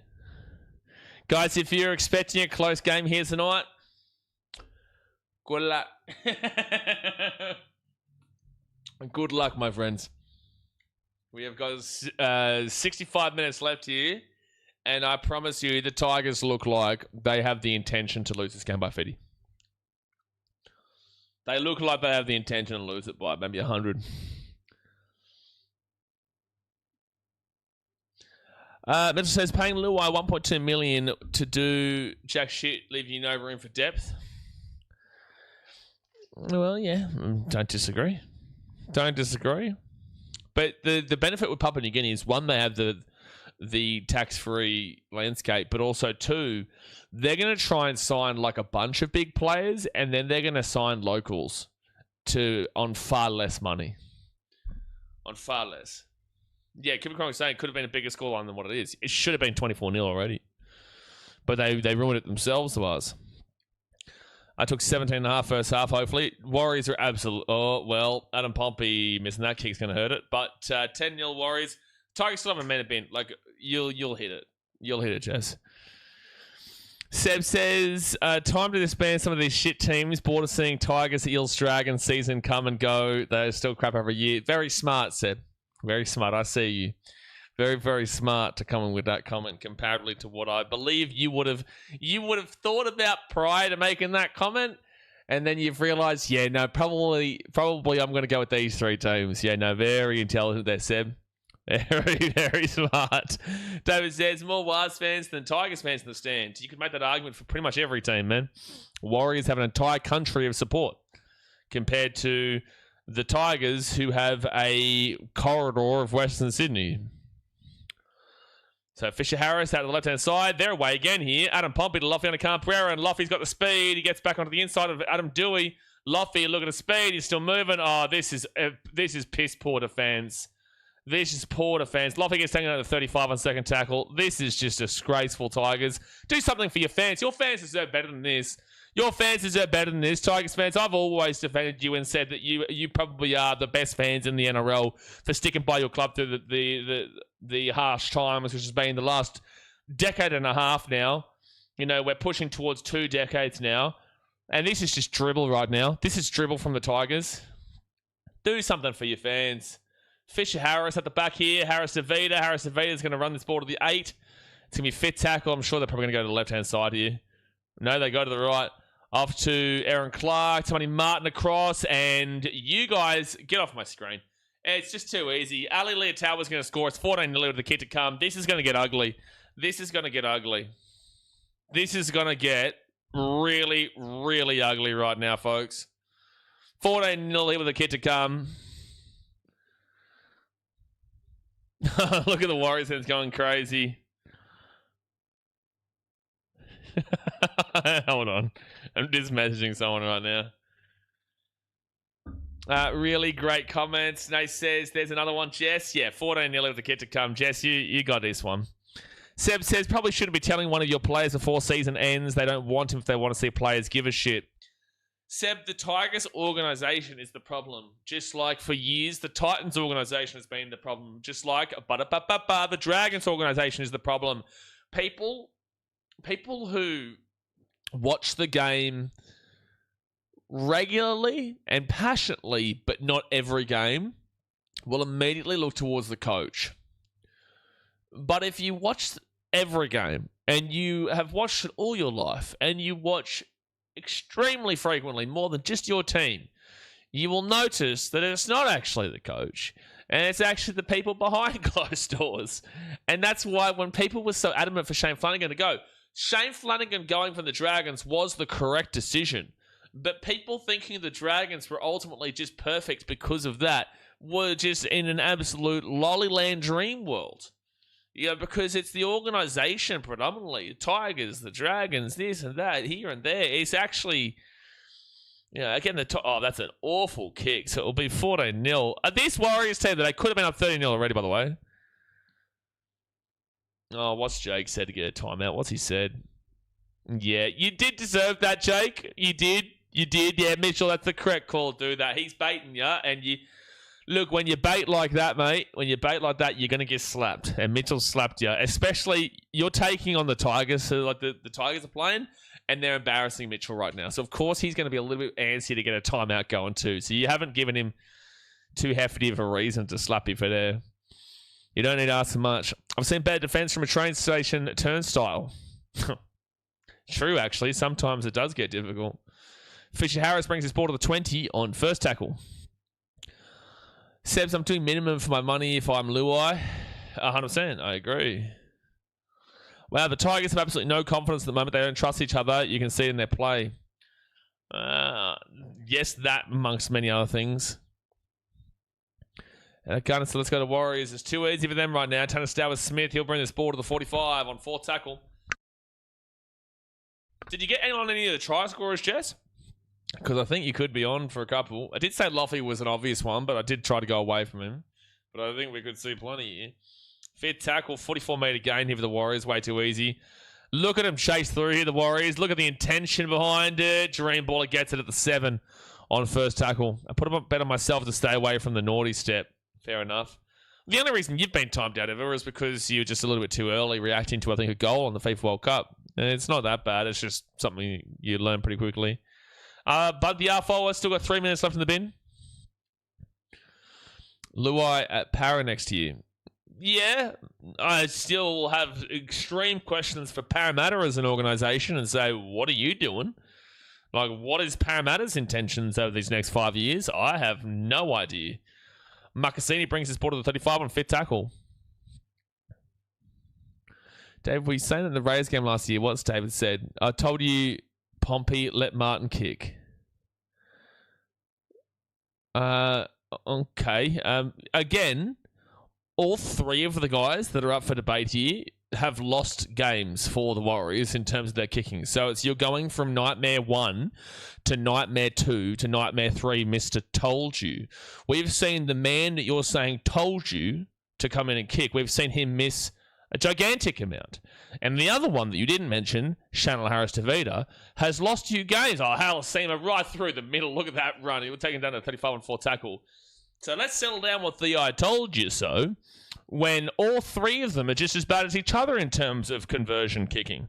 Tane to Picky, right into the right-hand side. Leah Tower at the 15. They give it up to Charles Neil Clockstad. He's going to be the 5. He's going to be the 3. He's going to be just short of the line, 1 metre out here. Fifth tackle here for the Warriors. They give it out to to Muddy Martin. Muddy Martin kicks it up here. Who's chasing through? Pretty much everyone. Tigers get it, though. It'll be first tackle at the 1. 20 minutes gone here, guys. Hit that thumbs up button. Subscribe if you're new around here. Giant holes in the defense here. Oh, my gosh. It's giant. And luckily with the Tigers, they'll get a penalty. They'll get a penalty here. They need something. I'm by no means belittling the women's game, as I think it's great. Though, do you think they should start playing more games as double headers with the men's instead of standalone? Would want the best. They do kind of more so at the back end of this year, at the back end of the women's season. I will say yes, but for some reason, and this happens in most sports, I don't even think this is. I think they want to have the women's standalone. I think they want something too early. They want the women's game to stand on its own 2 feet without the men's. But it's like, you need the men's game. Jared Hayward on NRL debut comes off with the Tigers. You need the men's game to push the numbers to get people interested, even though it's like it's kind of whipping a dead horse in a lot of ways. If people are going to get interested in it, they're going to watch it now. If they're not watching it now, they're probably not interested in overall, but you want to get those younger kids. And I feel like the way to get the younger kids involved is you can't... It's so difficult because you can't have it on during an NRL game. Like, for example, tonight there's a women's game, surely, or is it just tomorrow? Is there a women's game on tonight? No, it was yesterday. So tomorrow, at the very least, they've got Cowboys Tigers. It'll start before all the games. But Bulldogs Titans on during an NRL game. Roosters Knights is on during an NRL game. And it's just so difficult. Like, they're trying their very best. Warriors knock this ball backwards here. It'll be first over for them to 5. They're trying their very best to have it where it's not on the same time zone as the NRL. I mean, it's impossible. So it's not that the NRLW is trying to stand on its own 2 feet. It's just kind of impossible. Because it used to be where the NRLW was always on just before or just after the NRL. But they can't do it with so many teams now. Benny says Tigers have scored 2 tries before half time. Benny West is not watching this game right now. So 4th tackle here at the 40 for the Warriors. And they go to Tanner Stowers Smith. And now they'll be at the 50 on 5th tackle. Tiger West says, we won't win big games with Pompey goal kicking. Well, who is going to goal kick? Because all 3 of the options have lost games themselves. So the Tigers... They'll catch this ball, and they'll be at the 20 on first tackle. Format says, I'm by no means... I already read that comment. Apples and oranges, but how does tennis and sevens, even soccer, seem to get a very good balance? Is there any difference that they are doing? Women's football doesn't really get too much of a support. It gets some support, but it doesn't get an amazing amount of support. Internationally, sure, but look at... If you're talking about Matildas, look at the Socceroos. The Socceroos have no support. No one's going to watch the Asia Cup. I'm going to watch the Asia Cup. A couple people here will watch the Asia Cup. No one's going to really watch the Asia Cup. So it's a fad. The World Cup is a fad. If you're talking about like Matildas and Socceroos and all that type of stuff. Tigers, the left-hand side for Nobole. He'll be at the 40 on 5th tackle. Football is not big for women's football. Tennis is a whole different game, and it's not about physicality. 1 second. And that's just Warriors ball to 10 here, first tackle. Tennis is not a physical game, so it's a lot... it's just completely different. It is apples and oranges. Like, it's so difficult to compare it to the AFL, and you'll see the AFLW has... It's just awful. Third tackle at the 25. Clanky Bonsai says, Haaland, he's a blue just like his dad. Now he's at the Etihad. Haaland, hey, Warriors, we'll get a penalty here, I'm sure. We've got Tuapiki down here at the 25. Not guaranteed for a penalty. I'm just assuming there probably is a penalty off the back of this. Holland, hey. 15 minutes left here, David, at the first half. I don't know if they'll penalise this, but he does have his neck bent a little bit.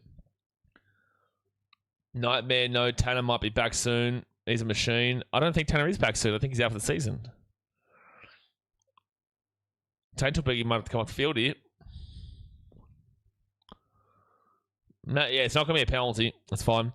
Tigers fans have hope. You were down 14-0 in other Tigers vs Warriors game this year, and they still came back. Very, very different teams, though. All right, so 4th tackle now for the Warriors. They'll be at the 33 on their own side of the field. Certainly only World Cup, but for both men's and women's seem to equally as popular. Yeah, because it's a fad. It's not specifically about it being the women's. It's just a fad to get behind the nation, which is great, but it's a fad. Citrus know how to code. Says, yeah, Boyd after the season. Yeah, he's not coming back anytime soon. That would be massive for the Warriors if he came back for sure. Massive, massive. Because there is clear definition between what they looked like with Tanner and what they look like now. Again, they should have been up 28-30-0 at this time, but they've lost the ball, knocked the ball on so much. First tackle, now second tackle at the 40 for the Tigers. They received it at 6 again just before. The Tigers, Alex Twell gets his ball to Bunty at forward, and Bunty will now be back on the field, and he'll be at the 32. Yeah, tennis is an individual sport like boxing and golf for the most part. Much different mindset to team sport. Yeah, especially when we're comparing physicality too. Samuela Fainu, great run here for the Tigers. They're at the 13 on 4 tackle. They roll it out to the right-hand side to Alex Twell. Alex Twell here. This is pretty lethargic from the Warriors right now. Jerome Luai steps away from one. He goes out to the right-hand side. Soon to Torova. And Torova's going to get away. Oh, no, it's not Torova. It's Stafford-Toa. Stafford-Toa. That was a really good run there. It'll be 5th tackle now, 3 minutes away from the line. Hey, Warriors, what are you doing right now? What's the Warrior? Have they gone to sleep? This is... Adam Dewey's going to kick that ball. Nice little... Oh, bro, Warriors, you're a nightmare to watch. Oh, my gosh, that's a nightmare. Oh my gosh, Warriors, you've just given the most undeserving try in the history of world football. In the history of rugby league, that might be the most undeserved try in history, but that is such a Warriors try to give up. That is horrific stuff. Adam Dewey has kicked the most basic kick in here that should easily be grabbed by the man at the back. How have you dropped that ball? So try time there for the Tigers. It's actually insane. The Tigers have scored in this half. They have been just awful to watch. Just awful, awful, awful to watch. And they've somehow scammed the living shit out of a try here. And I have absolutely no idea how it's happened. That is lazy from the Warriors. That last set showed me the Warriors think this game's already won. I can think that. You can think that. They can't think that. And that last set proved that to me. It was lazy getting to tackles. It was slow getting to tackles. The Tigers were doing nothing fantastic. Nothing exceptional just then. But they just walk up the field and then they score a try that never should be happening. Sure, a dropout, Dewey with a kick that puts it into a great dropout area, but it's the easiest kick to grab, but it's lazy. It's lazy there. You haven't won this game yet. Yeah, it was a kick to absolutely no one, Stitches. Nobody was there. But the Warriors threw this try away, and the Tigers have been nowhere close to being up for this game. Nowhere close. Oh, well, he says, why is it to fall asleep when they're too far in front? Well, 14-0 isn't too far in front, though. Again, you and I can think that they've won this game, but they can't. I did call someone a finder for a try and kill, you're right. So, there's one of my try scorers I got up. I did call someone a finder for a try. Dude looks like Hamoli. Before this year started, I said that Samoa Fainu is like a upcoming Hamoli Olakwatu. Like, he's got those similar traits. If he just runs the ball hard, which at the beginning of this year, he was running the ball hard, and he was really impressing me. Bonner says, well, didn't see that coming big. Doisy Warriors. Come on, boys, let's go. Fell asleep at a wheel, man. Fell asleep at a wheel. There are a bunch of Hamoli doppelgangers. No, I'm not even talking about looks-wise. I'm saying... Bro, they're just Islanders. No, I'm talking about quality-wise. I'm talking about who they are as players. What do you mean doppelgangers? I'm quite literally talking about, like, in terms of playing ability. Abram says 170 people on the stream and only 52 likes. Get a grip, people. Abram doing Nathan's jump for him. Yeah, if you haven't hit that thumbs up button yet, like the video. Like the video. And now Tigers will get this ball here to the 25 on second tackle. You pick Khan to score. Well, I said Khan was an obvious one, but I did go away from him and I went with Chanel in the back line. I did take Samwella. I took Sonia Torova for the Tigers. For the Warriors, I did end up going with the Wiz going to take the ball down at 35. I did end up going with Leka Halasima and who was the other one? And I can't remember who I went with for the Warriors back line. But that's right, I had Aristevita and Leka Halasima. Bottle says they haven't settled yet. Second half will be their strength.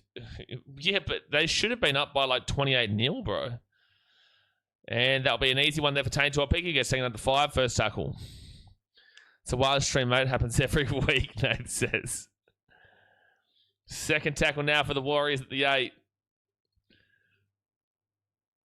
I'm saying he looks exactly like Hamoli. Oh, you're talking about their looks. Oh, I'm going to disagree with you on that. They're just Islanders, so they look similar in that capacity, but Hamoli and Samuel do look different. Fourth tackle out to 15. I'm going to disagree with that one. I thought we were talking about their playing quality. 10 minutes to go here the first half, guys. Hit that thumbs up button. Subscribe if you're new around here. Warriors look exhausted here. They just look like they thought the game was already won. It's like they thought the game was already won at 14-0. They just stopped trying. The Tigers should have absolutely been done with here. Suna Tarova now at the 45, but they've welcomed them right back into the game. And they'll go out to the left-hand side now, and Tigers will be at the 46 on second tackle. They've gone flat since Fish went off. Yeah, you're not wrong there, Andrew. At least in the last 10 minutes, they've got 8 from 8 completions here, the Tigers. And that's a 6 again here for the Tigers. I tell you what, Warriors, you are really, really falling off a cliff in this game at the moment. They give it to Alex Twell. Twell to somewhat of Fainu, and Fainu is now going to be at the 30. No, he's going to lose the ball. I think he's going to challenge this call here. He's pretty confident too. Oh, no. No, they are challenging it. Yeah. They will challenge it.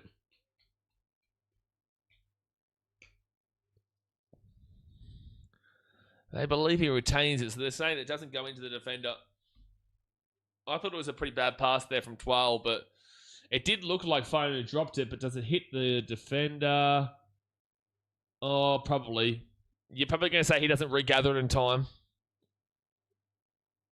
Yeah, did he control it before it hits the head? Goes down to the leg there. And yeah, no, that's a lost ball. It's a knock on. His hands off it there. No, you got to back the ref there. His hands off the ball. You can't overturn that. There's no control there. There is a bubble there. It's 1,000,000% a knock-on from Vaiunu. If you want to go inconclusive, sure, but it should be an unsuccessful challenge. What? I think he's going to go inconclusive here, but you can clearly tell that you can clearly tell the ball's lost right there.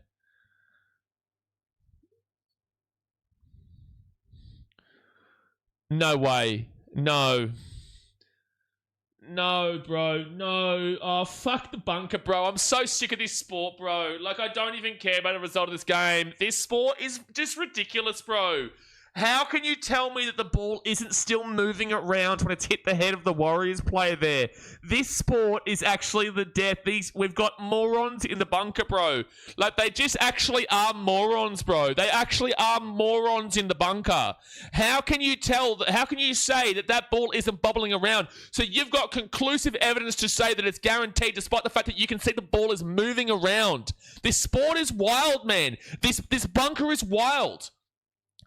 The bunker is insane at the moment, man. Every single game, we have these clowns in the bunker that don't know what they're doing. You can clearly see that the referee on the field has called that as a knock-on. So you need conclusive evidence to overturn it. You've got a clear angle here that is showing that the ball is bubbling around. His hand might be there, but the ball is still in movement. So how can you conclusively overturn the on-field decision? This sport is just diabolical. The Warriors are away here at the 25 on first tackle. This sport is just diabolical, man. The referees are diabolical. They really are. Second tackle here with the Warriors at the 28. Do we got the same person in the bunker with the best try? I'm sure. Oh, they nearly get away there. It's going to be Adam Pompey, who's at the 50, third tackle for the Warriors. They go to the left-hand side. Fisher Harris off two. And there's a knock on there from the Warriors. Bunker busters, bro. Drop kick them. Dude, it's just insane. It's like it's every game, man. we held ourselves actually quite relatively composed for the Origin call. It's good to see Willie Mason actually coming out and defending Queensland in that situation. But, I held myself pretty composed for that game. But you just get so sick of it. Like, how can you overturn the call there and give the ball to the Tigers when you've had to conclusively say something that the camera angles didn't show just then, man? Like, it's just amazing, bro. Third tackle here at the 50. Good momentum for the Waz here. That was a good little set. Just another human with the $8 donation. Get around your bro for the dono. Says, send a bunker to the bin. Absolutely, man. But the NRL never holds them accountable. Ever. Never, ever will ever hold them accountable. Shareem Baller is going to get taken down to 50 on fifth tackle. Thanks for the dono. Bomb the bunker. Look, we need video reffing, but it's impossible to watch it right now in terms of, like, just awful calls. That's a high tackle. There's a penalty for the Warriors. Yet they spent $30 million a year on it trying to fix it as Origin also. Oh, it's just been insane. Like, it's insane how you can tell me that is conclusively not a knock on when the ball is quite literally still moving as the ball is hitting his head and then it moves further. How can you tell me that he's got control of it? So it's Warriors ball here at the 45. It's just amazing, man. Because I don't think that it's intentional. I just think that it's stupid. I just think it's inept. I don't think that they're intentionally making these calls. I don't think they want this heat on them, but they make them, and the heat is on them because it's just ridiculous. Second tackle now for the Warriors at the 40. Wade Egan out of the right-hand side to Money Martin. Money Martin off to, I think, Vaimauga. Vaimauga's at the 30 now on third tackle. They go to the right to Aaron Clark, and Aaron Clark is going to be at the 20 on fourth tackle. Very important defensive set here, Tigers. They go to Vaimauga. At the back to Money Martin. Here's a good chance for the Warriors. Pompey taken down at the 8. Good defense there from the Tigers, actually. Did Halasima come off the field, by the way? Where is he on that left wing? And that's going to be caught there from Mukassini, and he'll be taken down here at the 5. Has Halasimi come off this field?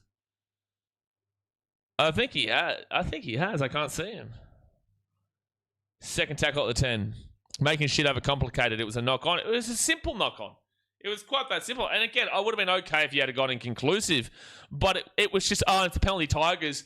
Oh my gosh, bro. I'm going to lose my mind. Oh, dude. Rugby League, it gets you. It gets you.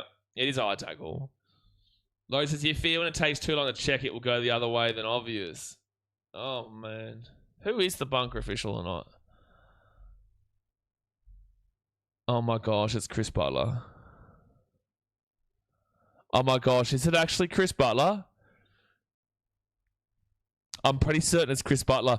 The only reason I'm saying pretty certain is because on Wednesday it said that Jared Sutton was the man in the bunker, but everyone else here was saying Chris Butler. But it said that it was Jared Sutton on Wednesday. But now it's saying Chris Butler. So is it actually Chris Butler here today? Oh, he's hopeless, bro. If it's actually him, he's actually genuinely hopeless. All right, so third tackle here for the Tigers. Now fourth tackle, and they're going to be at the 15. Because this is why fans can sound crazy sometimes when it comes to the ref. Yeah, we do. You just sound like a whinger. It just makes you sound like a whinger. And Dewey's just going to get whacked down here at the 12 on fifth tackle. And they go to the left-hand side. That's going to be Luai. That's kicked through. That's played at those. This will be 6 again for the Tigers. Dream ball is going to be 5 meters away. No, what? No, referee. No, that's 100% challenge that. Challenge that, Tigers. Challenge that a million times out of the... Challenge that a trillion times. That's insane that they claim that wasn't played at there. At least the bunker's going to get this one right. Oh my gosh. Wyatt Raymond, like, at the very least, the Tigers have challenged this, but Wyatt Raymond claiming this wasn't played at is insane. Insane, man. Yeah, no shit, it's a 6 again. That's actually crazy that you've just seen that Wyatt Raymond has claimed that is not a 6 again. That is the most blatant 6 again for the Tigers I've ever seen. Yeah, they got it right, Brenton. And I can hear it's Chris Butler's voice, which just tells me everything I need to know in regards to the bunkie today. This is a huge set hit here for the... This is a massive set for the Tigers. They can score here. They're back within a couple.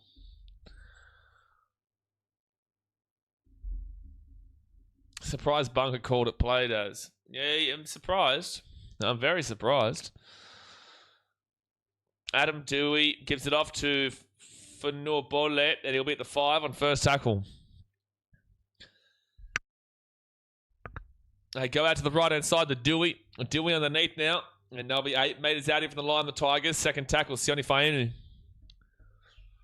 Yeah, Bunker's been amazing this week. No, amazing. Me thinking amazing. Someone Fainu over the top here. Muccassini gives the offload away. Chance for the Tigers. They've got numbers. And then Alex Twell is going to lose the ball. Oh, that was actually really good from the Tigers too. That was actually really good from the Tigers as well. Twell, don't challenge this, bro, please. Oh, they're going to say Warriors knock on. Are they saying that it's a deliberate knockout here from the Warrior? They're going to challenge this. Does he?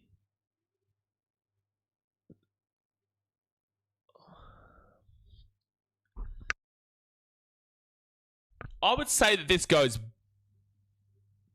Oh, but then would that be a 6 again here for the Tigers anyway? So... Oh, he's lost the ball there. He's lost the ball, 12. Like, 12's lost it in his hands. I wouldn't be surprised if they say this is backwards, though.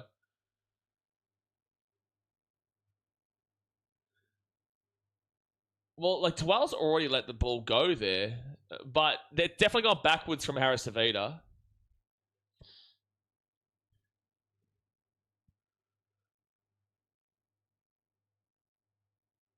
Yeah, that's fine. Yeah, that's fine.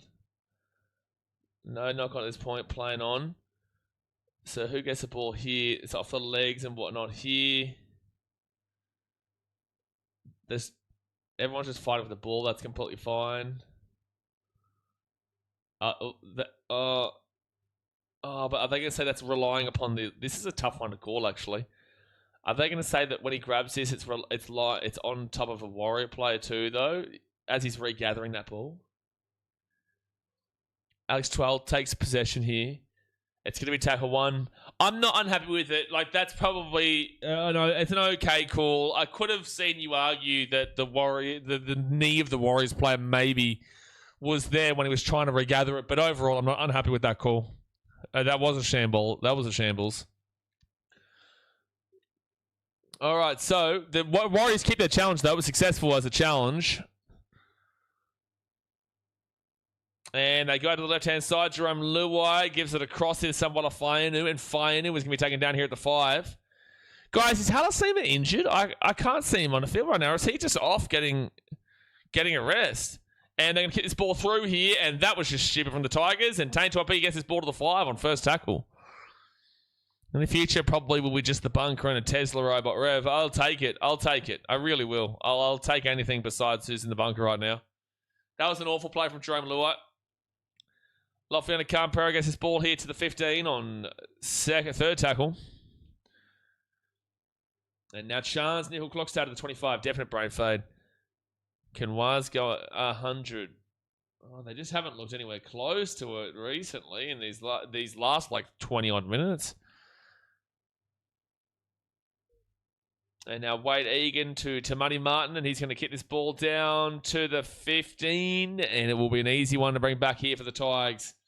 And Jerome Luai now at the 30 on first tackle. Oh, Lekker's off a fish, someone's in the chat, fair enough. He just came back from injury, so he's probably having his minutes managed. Yeah, you're right.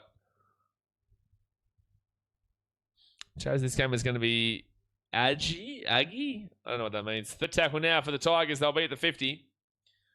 These 8 p.m. kickoffs in Oz games are a downfall for the Warriors. Surely that's not an excuse. Surely we're not doing that as an excuse. Safe after Adam Dewey. Dewey will just get rocked in the tackle at the 30 on fifth tackle now. No, we're not using this as an excuse, Andrew. It's not happening. It's not happening, man. Yeah, put it up. That's going to be caught from the Tigers to Seyfarth to Mukassini. Mukassini out of this left wing. Gets his ball back to Seyfarth. And Seyfarth is going to get rocked.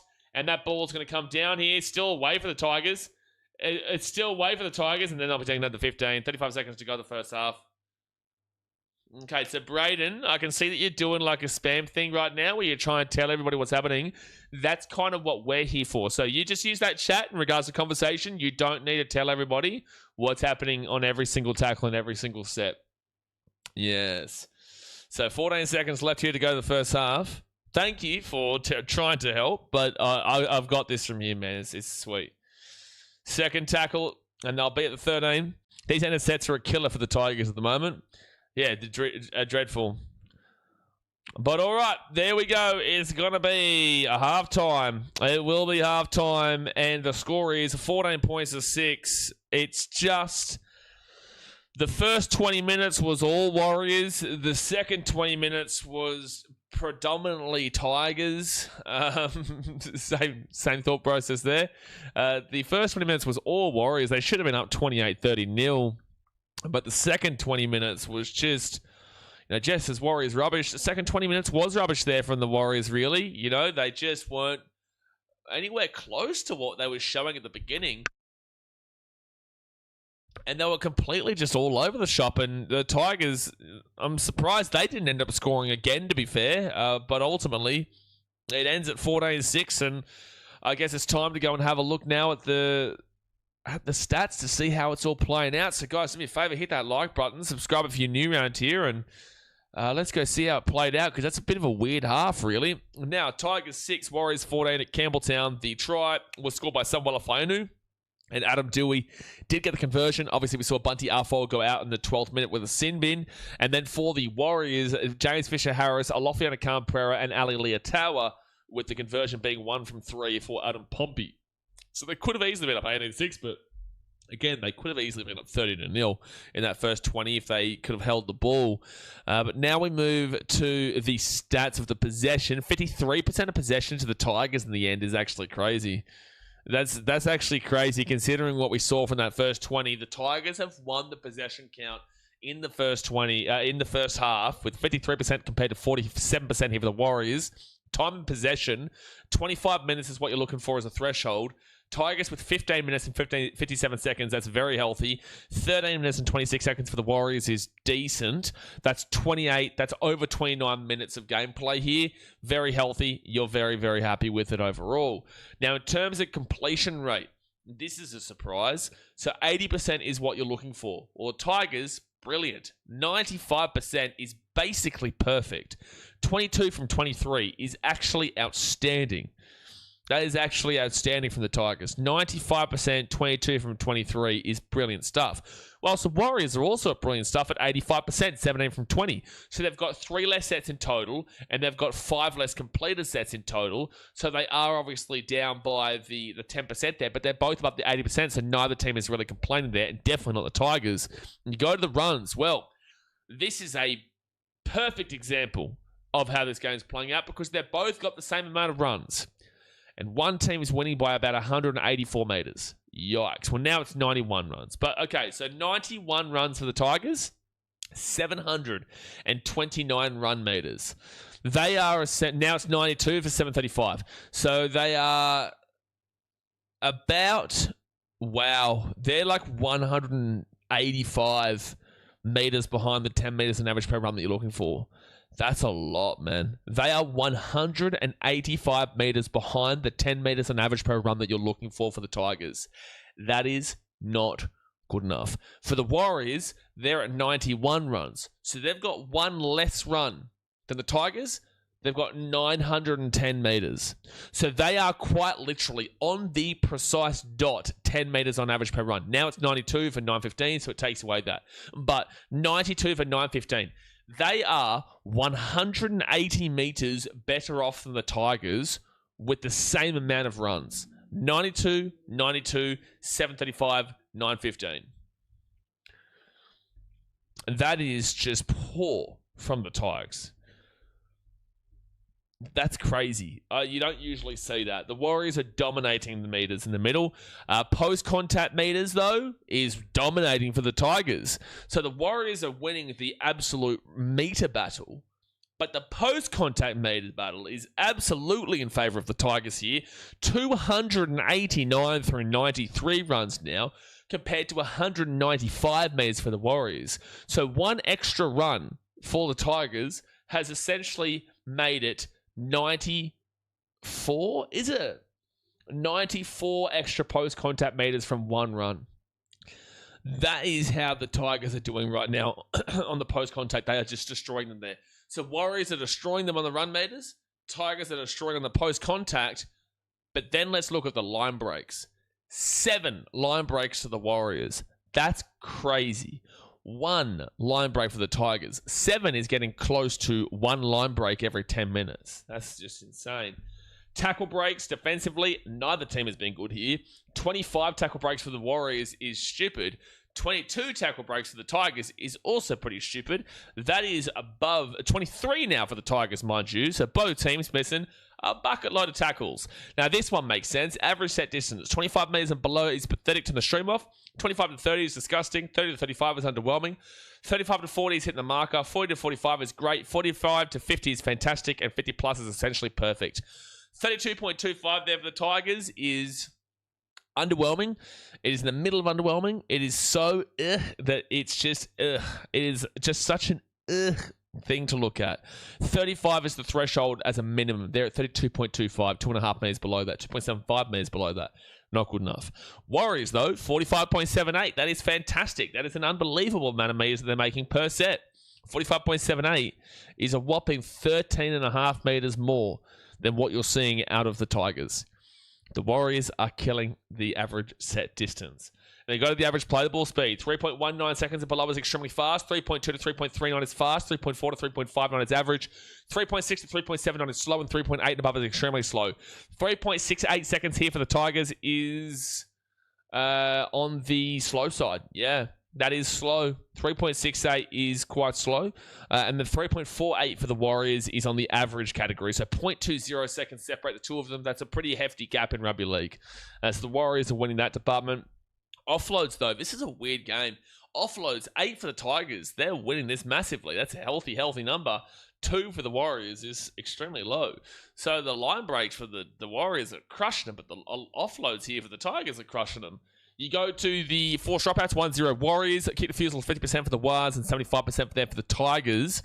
And then we go to the effective tackle percentage, and I am not surprised by this whatsoever. Both teams are not hitting the marker. So 85% and below, this is effective tackle percentage. 85% and below is awful. 85% to 88% is underwhelming. 88% to 90% is hitting the marker, and 90% and above is essentially perfect. 86.8% here is underwhelming for the Tigers. It's not good enough. 171 tackles made. That's typical range of 160 to 180.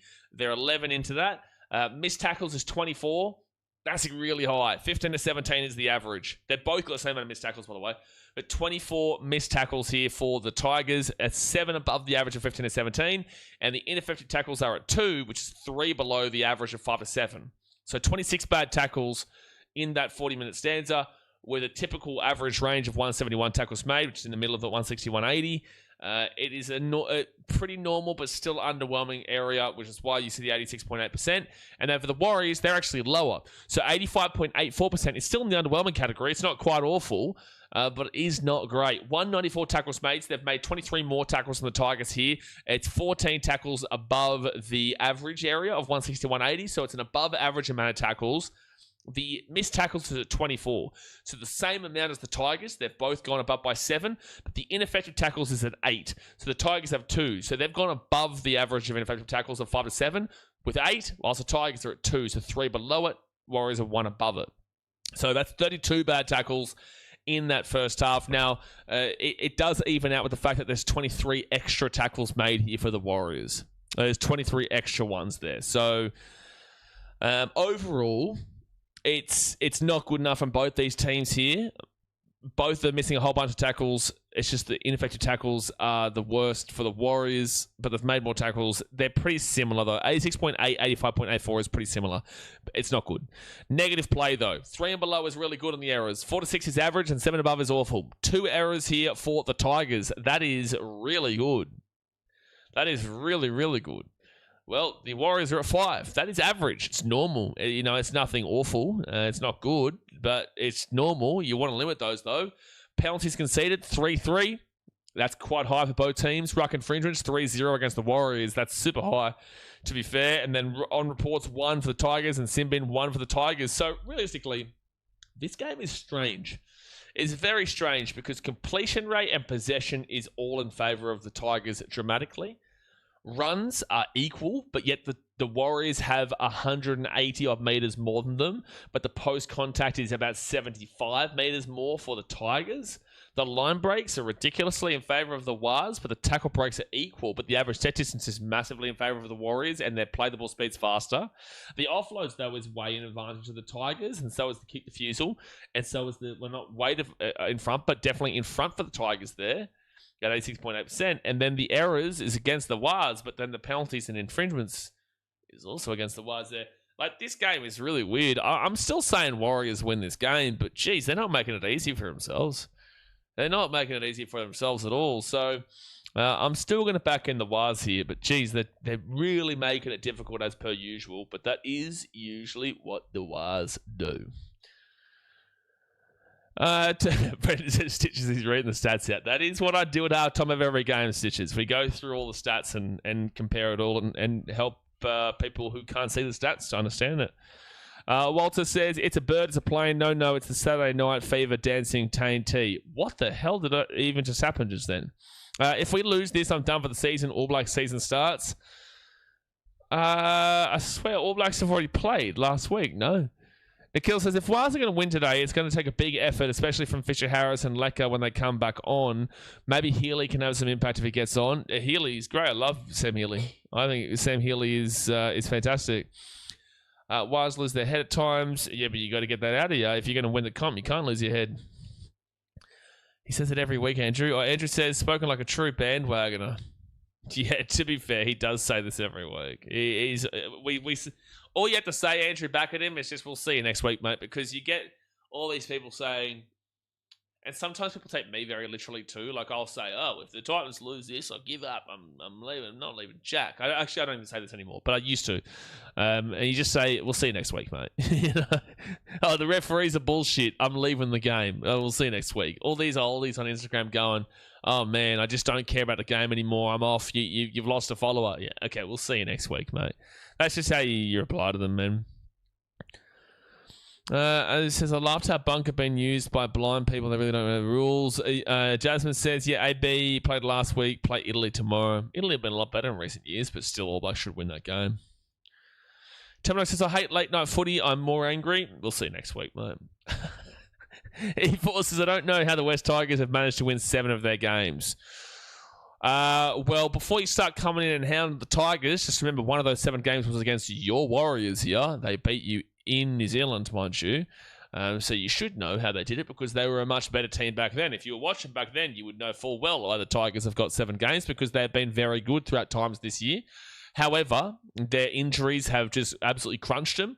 They have fallen off an absolute cliff in terms of, their team chemistry and continuity, and that's why they're nowhere near as good as they were at the beginning part of the year. But before we start disrespecting the Tigers too much, in terms of how have they got those 7 wins, if you've watched this season, you would know damn well why they've got those 7 wins because they've been pretty damn well good defensively and attacking-wise, but the injuries just slaughtered them at the worst time of the year, and now they haven't been able to get back from it. Grant Taylor says, if a bloke signs a $6 million deal with a club whose mate's the coach and gets made co-captain, then a year later does worse by chasing those tax-free money with the 2 new clubs in the next 2 years, God's plan. Is there a question here? You've got, question marks at the end of this, Grant. Are you asking me a question? Are you asking me if I believe that he's morally corrupt or morally correct to do what he's doing ethics-wise? Is this Is this what's happening? Because if you're asking me morally, I think that showing loyalty in sport is something that I'm not going to defend Luai too much, but I will defend the notion because players will be crucified by fans at the drop of a hat, and players will lose their job immediately, regardless of loyalty at the top of that. And again, I'm completely accepting of Cherry Evans not being the captain of Queensland, but look at what happened there. And then, like, if he had ran out of form, then you wouldn't have seen any club pay him. Manly didn't want to pay him, all this sort of stuff. And then he would have been, he's not going to be on the dole. But the point matter is that he'll finish up his career and they'll be all done. Or if a player gets injured, they can just drop your contract and you'll never get signed again. So why do you expect that players must stay loyal if clubs aren't required to stay loyal? Why is it that the players are held at that level? And again, loyalty is amazing. I'll always say that loyalty is the most important thing. But if a club isn't required to stay loyal, second half of start here, guys, hit that thumbs up button and subscribe, then why must a player stay loyal? And I would also put a little caveat here to say, I think the Tigers have been okay with it from the start. I think the Tigers have really understood that Luai hasn't actually done anything for you. With all due respect to Luai, knock on from the Warriors in the first set. The Tigers get the ball at the 28 on 18 on for zero tackle.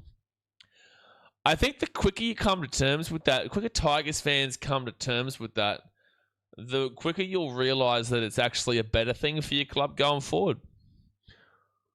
Because I don't genuinely believe that Luai has actually done anything for the Tigers. Second tackle at the 5. I think he can have games, but overall, I don't think he's really done anything. Third tackle, are you going to say culture? Has the culture really changed that much? It did at the beginning part of the year, but now it's showing that nothing really changed. It was just, cracks paved over. Left hand side here. There's a knock on from the Tigers, and the Warriors can get away. And then the Warriors are going to knock it on, but there's no advantage play. It'll be Warriors ball at 13. No advantage. And he says, Tigers scored 3 tries in 7 minutes first half. It was a blitz. What? The Tigers scored 1 try in the first half. If Wires want to be a finals team, they need to be more clinical. It's not even about being a finals team, though, They are a finals team. It's more about the fact that they need to be a second place team right now. Like, prove to me you're second place. And if anyone says, we don't need to prove shit to you at all, it's like, well, that's the problem. You should want to prove it to fans who aren't the team so that people start to worry about you as a team, because right now I can tell you the Panthers don't give a shit about you as a team. And that's with all due respect. I'm not trying to insult the Warriors there. I'm just saying the Panthers could not give a shit about playing the Warriors right now. They could not care less. They could not care less. And the Dolphins right now, like, they can care less, but also...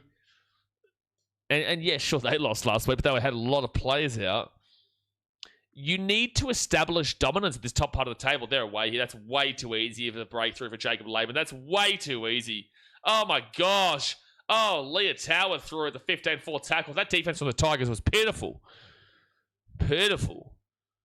They go to the left-hand side now. Wade Egan gets it across. Harris to Vida. They go to the 10 on fit tackle now for the Warriors. Fit tackle. They get it across to Harris Tavita. Harris Tavita puts this ball up into the air. And that's going to be caught. That's dropped by Makasini. And it's going to be a knock-on from the Tigers and the Warriors. Whoa, they're going to say knock-on from the Warriors here. Oh, I challenge this. I don't care about winning the game. Can we just execute better? You should care about winning the game, but I get where you're coming from. I agree with where you're coming from. You probably just want to put that into different words. Oh, yeah, okay, I can see it. Probably a good call there from White Raymond. Probably a good call. Mucka has to limit his mistakes. It happens a lot for him in each game, unfortunately. Makasini this year has been really disappointing. All Luai has done is further disjoint and already disjoins the club. Wouldn't disagree with that, yeah. Is there any Tigers fans here that would disagree with this conversation re Luai? Mitchell says, you're Australian, you can't criticise the Warriors. I criticise whoever I damn well want to criticise.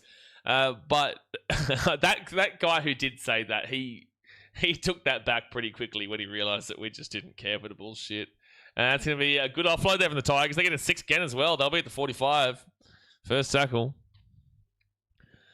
Because, yes, you're right. Tigers need to figure themselves out. Benji ain't the issue either. He's just working with the cards he's dealt. It was the organisation's job to ensure the players stay.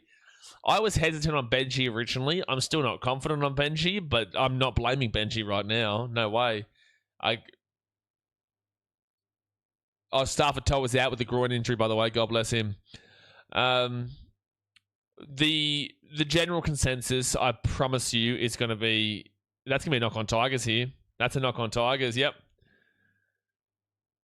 Oh, it's a double knock on. I think it's going to be Warriors ball. Yeah, it's Warriors ball here at the 45. I guarantee you the common consensus post this game is going to be Benji Marshall. I guarantee you.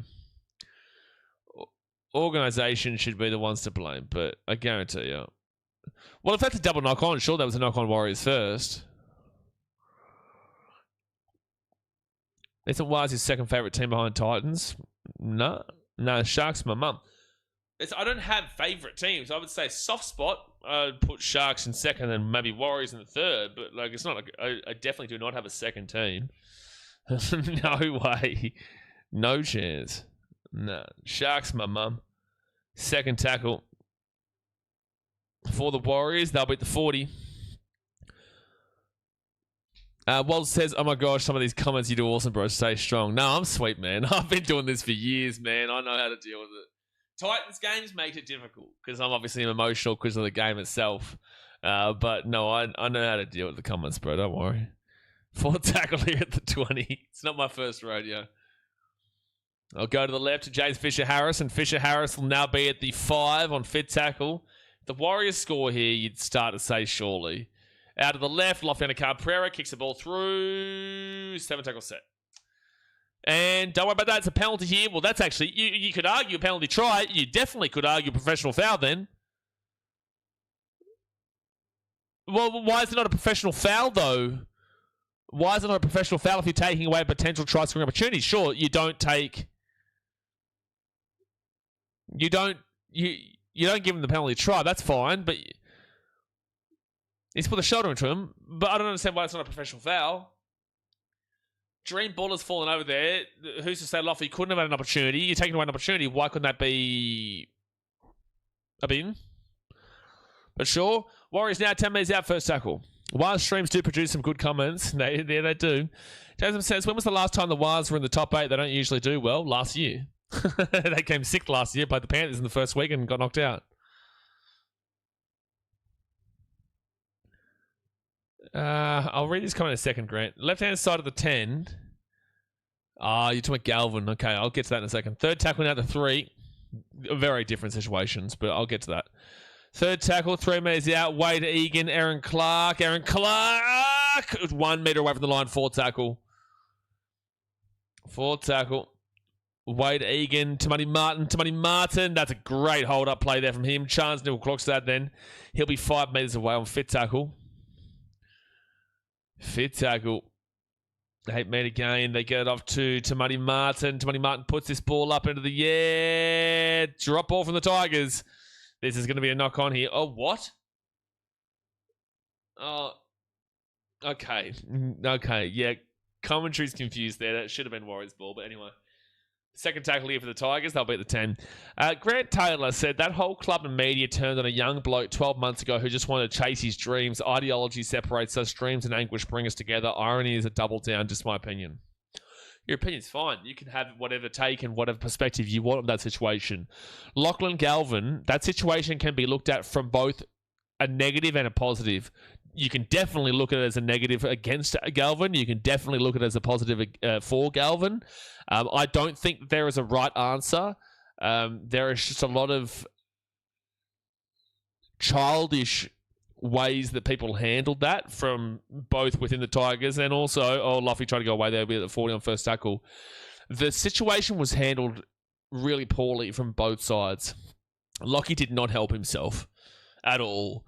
But this is also such a different situation to what Jerome Luai is doing. Like Luai and Galvin, like Galvin was the future. Luai wasn't expected to be the future, and I'm pretty certain they're already looking to let him go post-contract anyway. Take to a picky short ball. Chance will clock that. He'll be at the 25 and 6 again. First tackle now.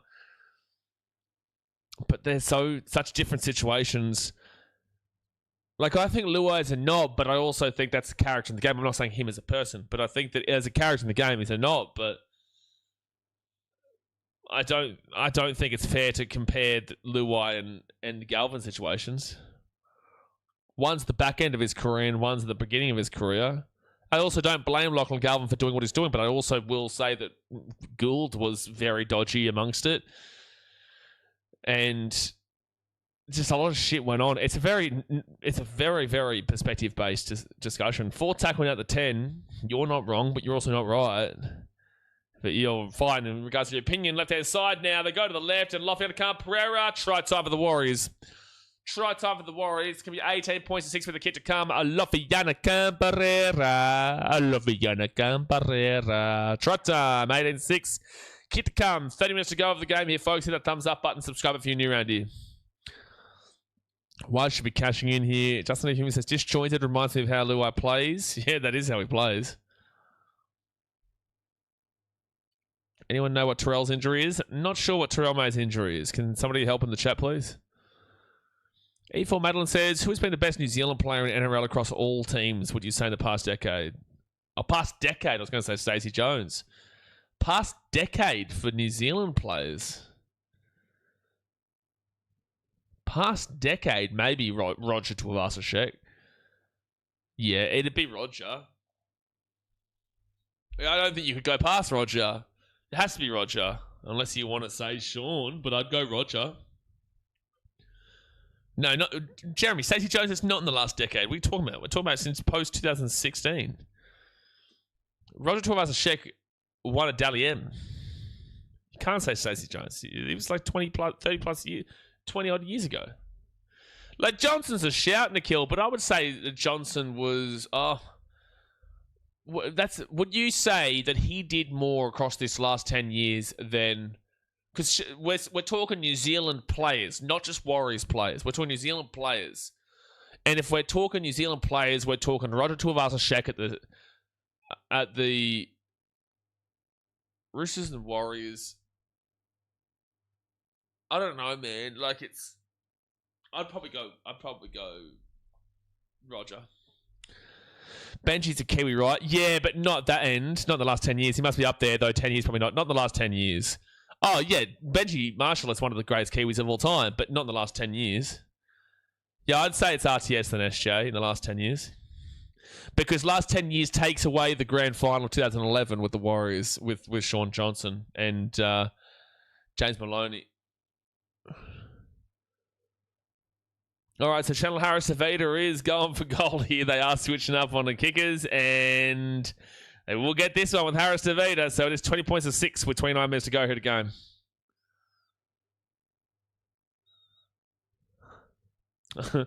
Nate says Jones, Freeman, Ridge, Cleary, RTS, Johnson.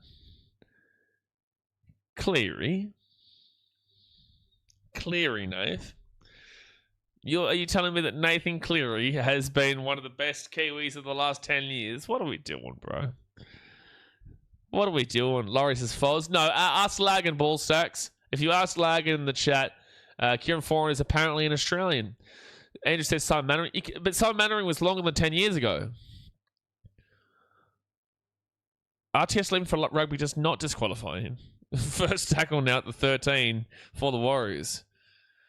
No, his dad. Well, but we're talking in the last 10 years. What do you mean, Ivan Cleary? We're talking about the last 10 years. Third tackle now for the Warriors and the Jacob Laban. He's been good, actually, the second half of the year. Third tackle. Well, this midway point of the year. And they go in Tuapigi. Tuapigi steps around a couple, and he'll be at the 50. Might be Jason Tamalolo. Jason Tamalolo, you class as Tongan. Especially in the last 10 years. He changed to Tonga 10 years ago in 2016. No, you can't use Jason Tamalolo. That's super unfair. And they'll whack this ball up here at the 35. And knock on from the Tigers. Yeah, this game's over, folks. And that's Wade Egan who picks it up, and that's Wade Egan who will score. Try time for... Oh, my gosh. As in Manu Vatavai. Guys, last 10 years. Last 10 years. Manu Vatuvai is 15 to 20 years ago, guys. Last 10 years. Last 10 years. Last 10 years. 10 years. This last 10 years. Manu Vatuvai was like 15, 20 years ago. Manu Vatuvai was amazing. Why are we bringing up Manu Vatuvai, Stacey Jones, Simon Mannering? What is happening? Why don't we just start talking about guys like, what was his name? It's a try for the Warriors, by the way. What was his name 25 plus years ago? I guess you could use Ivan Cleary, who's been brought up here in this last 10 years, by the way. Who's been brought up in the last 10 years with Nate. Oh, for God's sake. Last 10 years, guys. We're not talking about, Joseph Tarpany. For gosh sake, I'm done. 22-60 of the Warriors. You've had me. You've sent me. And Joseph Tarpany, that'll about do me. That'll just about do me. That'll just about do me seeing Joseph Tarpany's name come up. I guess disruptors aren't a thing anymore, Mitchell says. They haven't been a thing since probably round 2. Brent Tate.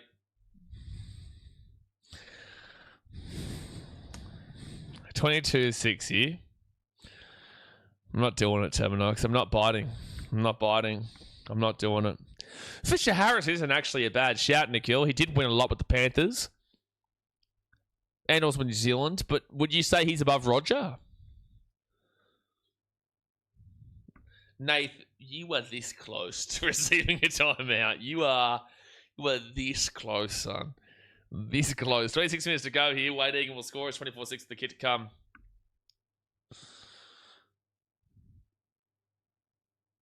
Jet Cleary born New Zealand. Here we go. They're still looking at this, by the way. Jareem definitely... Oh, there's no disruptor there. But the disruptor doesn't exist anymore anyway. They pick it up there. And then he flicks it backwards. Nobody picks it. He throws it backwards. There's nothing wrong with this. You got Loma or McCall all the time. I'll go McCall. Grub, but McCall. We'll try confirm. White Egan. Sure, confirmed. I just don't know if you can go past Roger.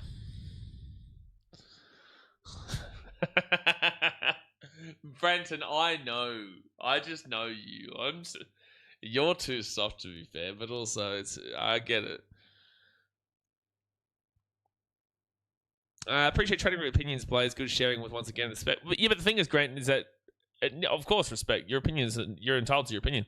I'm not even necessarily disagreeing with your opinion. I'm just not essentially circle jerking your opinion. Like I'm providing an opposite opinion to what you're saying, but I'm not saying that you're wrong, but I'm also not saying you're right.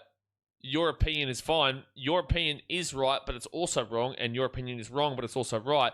And then you can also take both of them away and say there is no answer to being wrong or right with the opinion because we only know what you get told in the media. You don't know Galvin's side.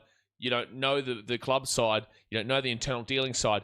We actually have no idea besides the media that just pillage the product to provide you your opinion. Because whilst most people won't understand this,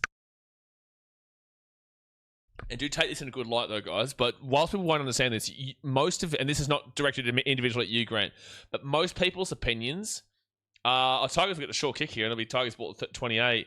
Most people's opinions derive from what you're told to believe. So if you're looking at the Galvin situation, for the most part, if you're getting more media and more stuff that is derived surrounding a support for the young lad in regards to living his dreams and passions, then of course you're going to believe that side of things. And if you're going to go and you're going to see a lot more from the Tigers fans and the Tigers comments, because the Tigers fans are just defending the club rather than actually understanding the situation. But like, there's no answer to it. So nobody's saying you're wrong. It's just you're not right either, but you're not wrong. And again, most of the time, people's opinions will derive from what they're told to believe. If you watch like mainstream media, for example, like it's just dribble. Third tackle here at the 10. Again, that's not directed at literally anybody. At the 10, they go to Marcassini. Dewey over the top. Great ball. And they'll be taken down here at the 3. Fourth tackle. Dewey's fourth tackle. Dewey sets back onto the inside. And Terrell May, he's on the field, by the way. Who was asking about Terrell May injury? Terrell May's on the field.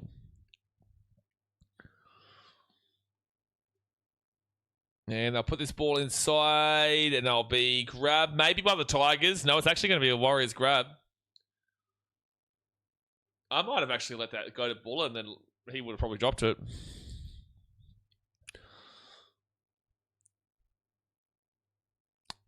No, Tamalolo is also Kiwi, but he's just aligned with Tongas. That's why we're not going to claim him as Kiwi here. Samuela Fame, I think, yeah, Samuela Fame apparently has picked up a groin injury here. God bless him. And they go over to Shorty. That will go 10. That's gone 10 there. That's gone 10. So this is going to be Warriors ball. See, Brenton, you see what we were talking about before? Same. I know you know what I'm talking about. Sean says, Reece Walsh, Warriors. Yeah, no, Sean, look, Sean Smith, love ya. You're gone for 5 minutes. That's done me in. I tolerated Joseph Tarpany. Reece Walsh, Warriors, that's a 5-minuter. We're going to see you at the 18 minutes to go mark there, Sean Smith, and I think you know that was coming. I think you know that was coming. Floor says, McCaw had the best forward pack in rugby at this time. No pressure, never had to stand out. For me, McCaw is certainly great. He never would be a standout if his forwards were slow. Won't disagree with that. Third tackle now at 30. Manuel says, your stream is entertaining, bro. Love your stream. Thumbs up. Appreciate it, man. We're live for every single game rugby league here. We've got 3 games tomorrow.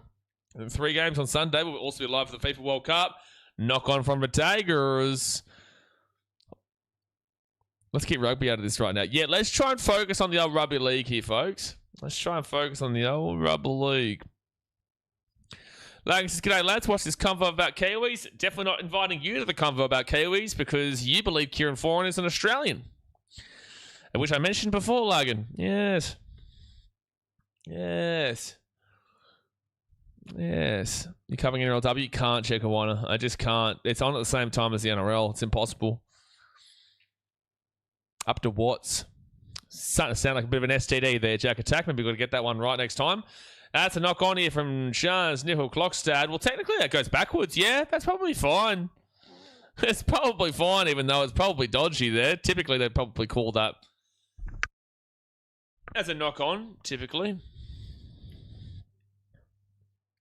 And there'll be third tackle now for the Warriors. I don't know if Leck is actually going to come back. Oh my gosh, knock on central this game. Tigers 0 tackle at the 15. I don't know if Leck is coming back on. I think he only played about 30 minutes. Everyone's Australian if you believe it hard enough. Look, I'm going to be honest with you, man. I don't think it's possible to believe hard enough that Nelson Mandela was Australian. I'm not going to lie. I also am going to find it pretty difficult. Wow, 10 line breaks to 0 is what it has here on the broadcast for the Warriors. Also going to find it pretty difficult to agree that Donald Trump is from Brisbane. Yeah. Maybe Darwin. Maybe Darwin, to be fair. This is Queensland Cup quality. Let's settle down. Warriors are their only enemy. We aren't making premiership like this. This is just one of those games at the moment. At the end of the day, they're winning the game, and that's just all you can ask for. Trump looks like a Brisbane local. No, he does not. It looks like Gold Coast, considering they're actually making a Trump Tower on the Gold Coast. Fifth tackle now. I'll be at the 35. Fifth tackle.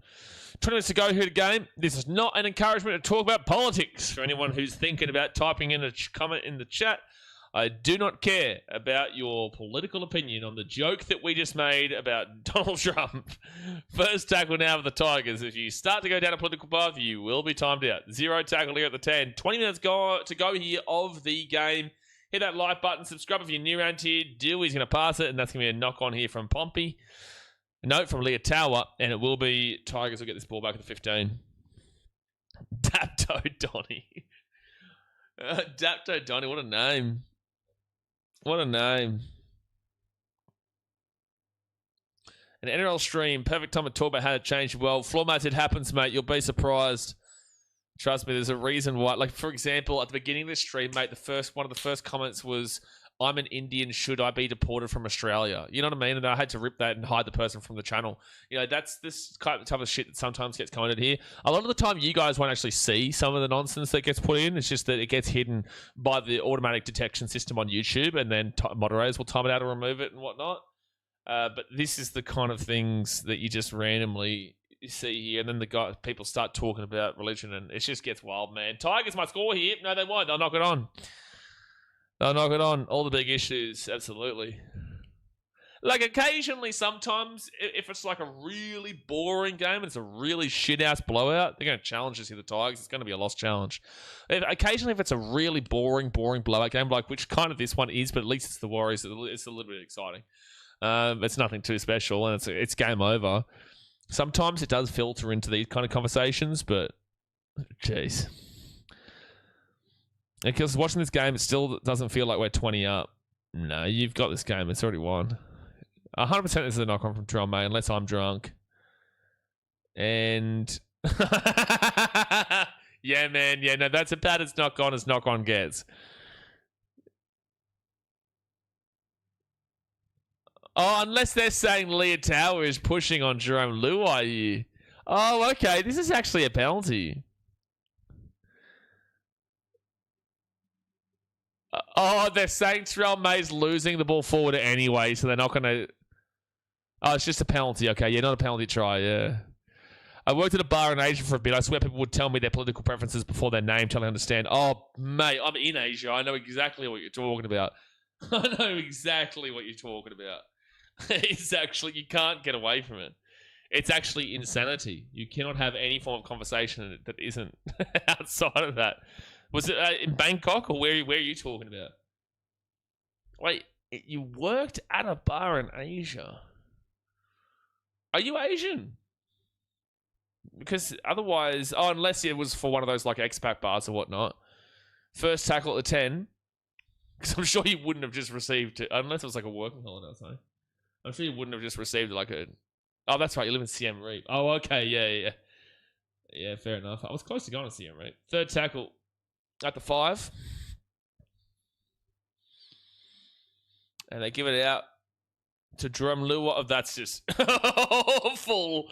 And the Warriors will get it to Money Martin off the Chancellor Clockstad. He's away here. That was awful from Jerome Lua. How old is Lua? About 28 or so. 28, 29. Wait, so is that your bar in Cambodia and Siem Reap, or you were just working for a bar? So you were working for an expat bar, unless it was your bar. I'll be the 45 on second tackle. For those who don't know, Siem Reap is where Angkor Wat is. I'm pretty sure off the top of my mind. Pretty certain it is. Siem Reap is where Angkor Wat is. In Cambodia. James Fisher-Harris, he'll get this ball here to the 25 on 4 tackle.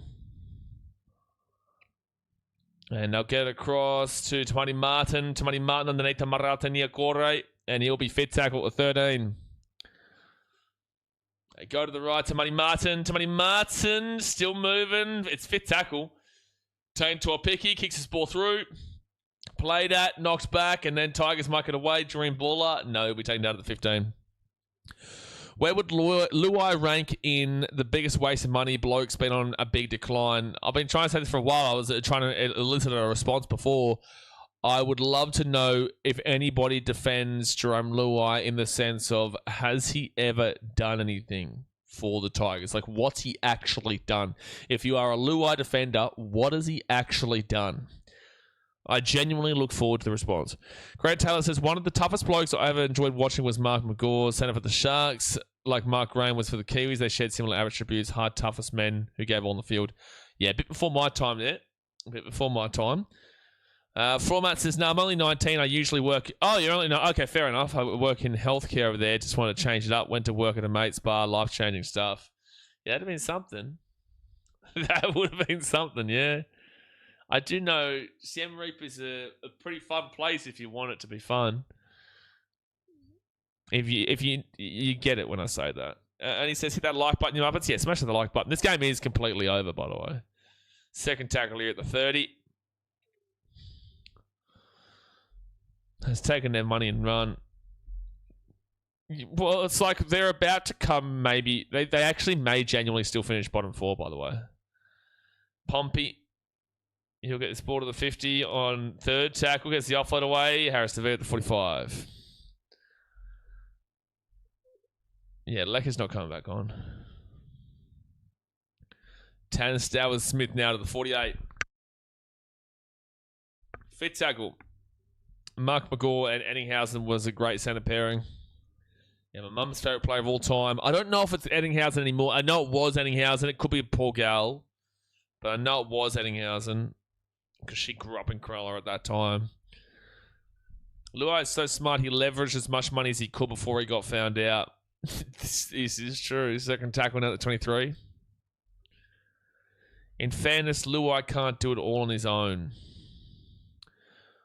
Okay, so Apisai Kotowai-Sau is a ex-Origin international captain hooker. Jareen Buller is an international fullback. And has been regarded as one of the better fullbacks, but I think people are starting to slowly fade away now. 40-20 attempt here from the Tigers. It won't go over the side. It's going to go for a 7-tackle set. You've actually got a pretty solid forward pack overall. You're not wrong though. Like the veil is coming away. The veil is coming away. I think people are really starting to recognise now. And I did call this at the time. Maybe I can't remember what my opinion was. I'm pretty certain I said that Luai was a trap. And he has been a trap. I'm pretty certain I said it back then. If anyone can remember, 2-3 years ago now, it would have been 2 years ago now. Can anyone remember my conversation surrounding Luai? I'm pretty certain I said it was a trap for the Tigers. And then it looked like it was going to be weird, like wrong last year, but I don't think it is now. Warriors now at the 45 on third tackle. Yeah, Ettinghausen was every mum's favourite player. Yeah, for sure. Oh, that's such bad. Warriors, bro. You're meant to be chasing a premiership. What the fuck are these knock-ons, man? These knock-ons are crazy stuff, man. Isn't Luai's contract with Papua New Guinea Chiefs heaps expensive? Yeah.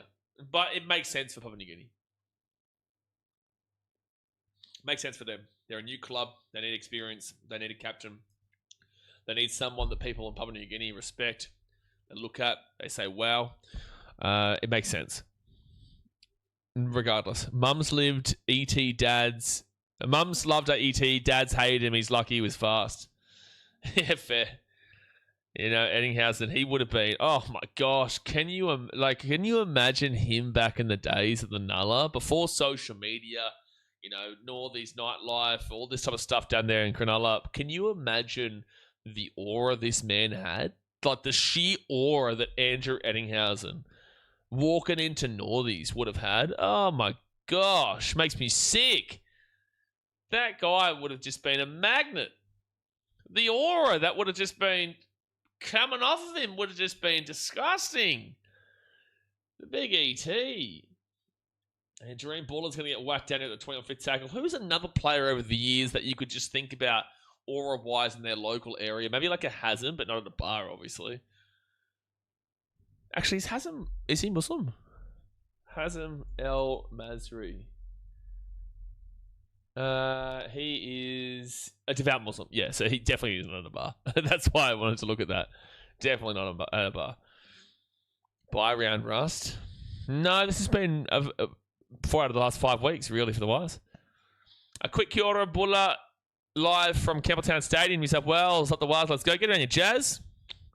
Well, it's going to be a win here today. I don't know if it's the most convincing win of all time, but it's going to be a win.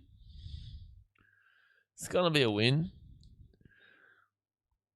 Otherwise, hopeless at where he says, yeah. You would think I'd be happy we're winning. I'm more concerned than ever. I wouldn't be more concerned than ever. I'd just be a bit frustrated the Warriors haven't gone with this as much as they probably should have. Florence says, after game 3, do you think Cleary has the resume to become an immortal? That 2023 final still blows my mind. I want to go and see him do it again. That was a good start. That was a really good start to really solidifying that notion of origin. If he can go and do it again, I think that it's a guarantee immortal. And I think he's going to be immortal one day regardless, but I think it'll be a guaranteed immortal.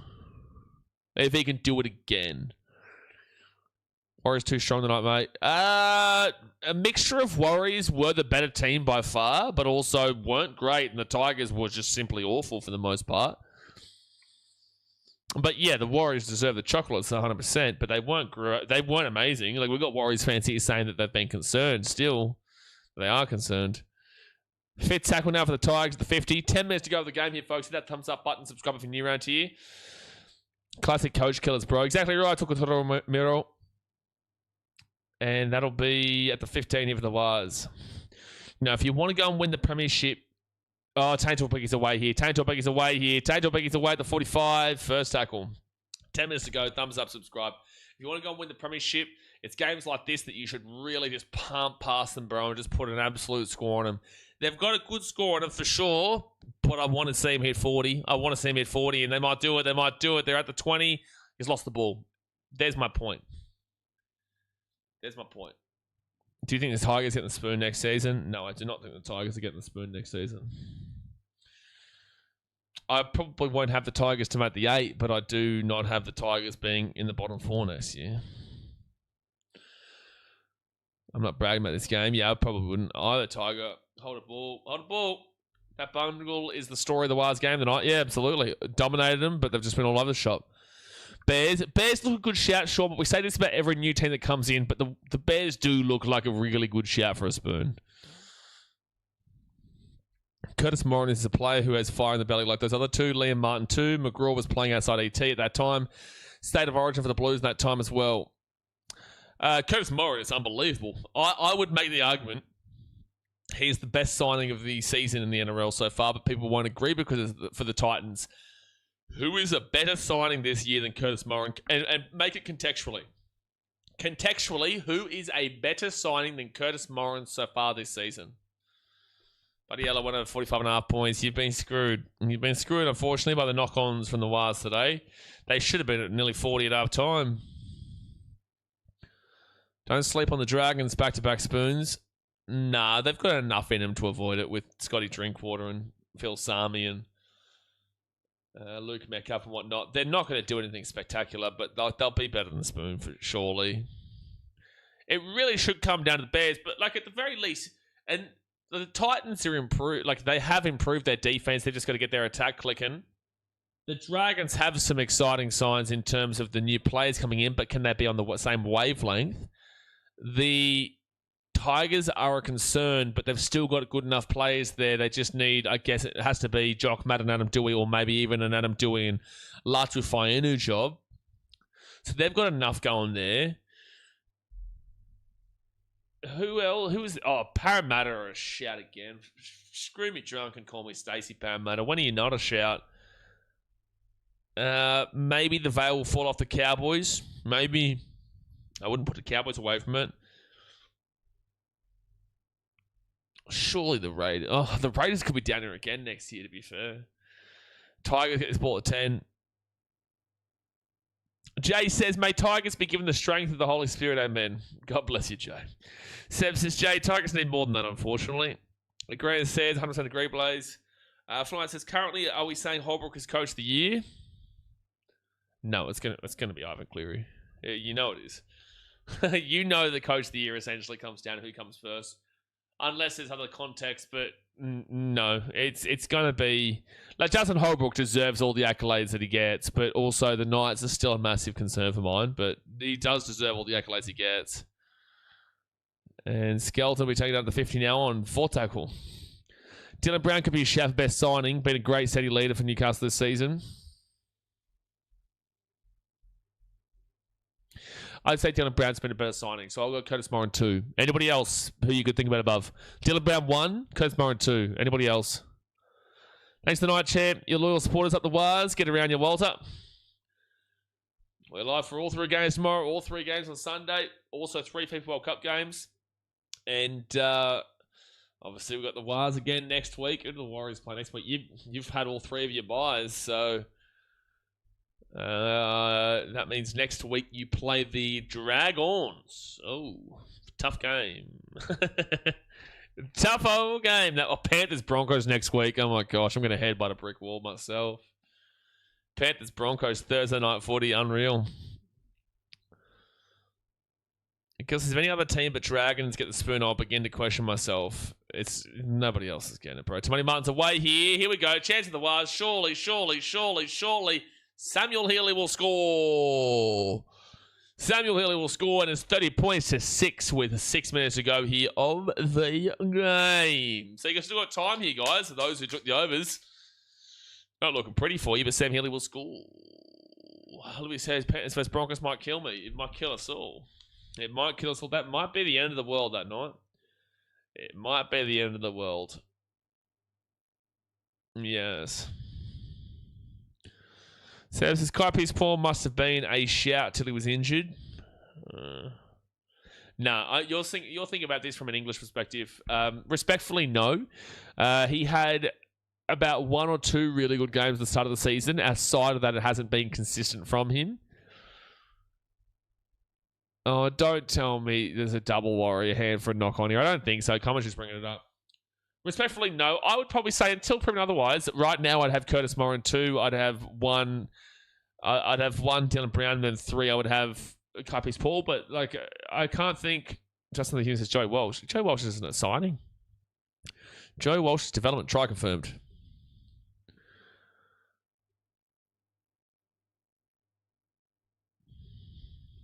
Lagging, nah. You're a legend here. You are a legend here, Lagging, for getting timed out. You know how to do it, so you can.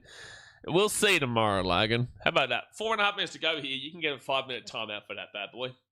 And you knew it was coming too. You did. You knew it was coming. Jess with the £2 donation. Get on your Jess. 26.5. All right. Fire up the wires. Fire up the wires. Get around you. Thanks for the donut. Shane says, just wondering, you took the Knights off fraud alert last weekend, but now you have them back on the fraud alert. I'm a little confused. I've been working. Yeah, felt like it. Jake was questioning us too much. Jake, who was a Knights fan, said, who suggested the Knights go back onto fraud alert? And I wasn't originally going to have him on fraud alert, but I did it just to piss Jake off. So until they win, they're on fraud alert. Yes. Hans Fan with a $3.50 donation says Spain 2-0 tomorrow. I hope so, man. My fantasy team, I'm all in on France and all in on Spain. So I need them to make it through. Because otherwise, my transfers I'm going to have to make tomorrow or after this weekend are going to be absolutely nuts. So, like, I've got already 5 French players and obviously Captain Mbappe, so I'm going pretty well there. Knock on Warriors here. 4 minutes to go. They got the kick, though, 32-6. With 4 minutes to go.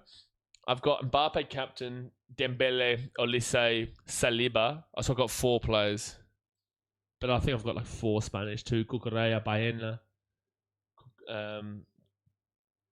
Kukasi.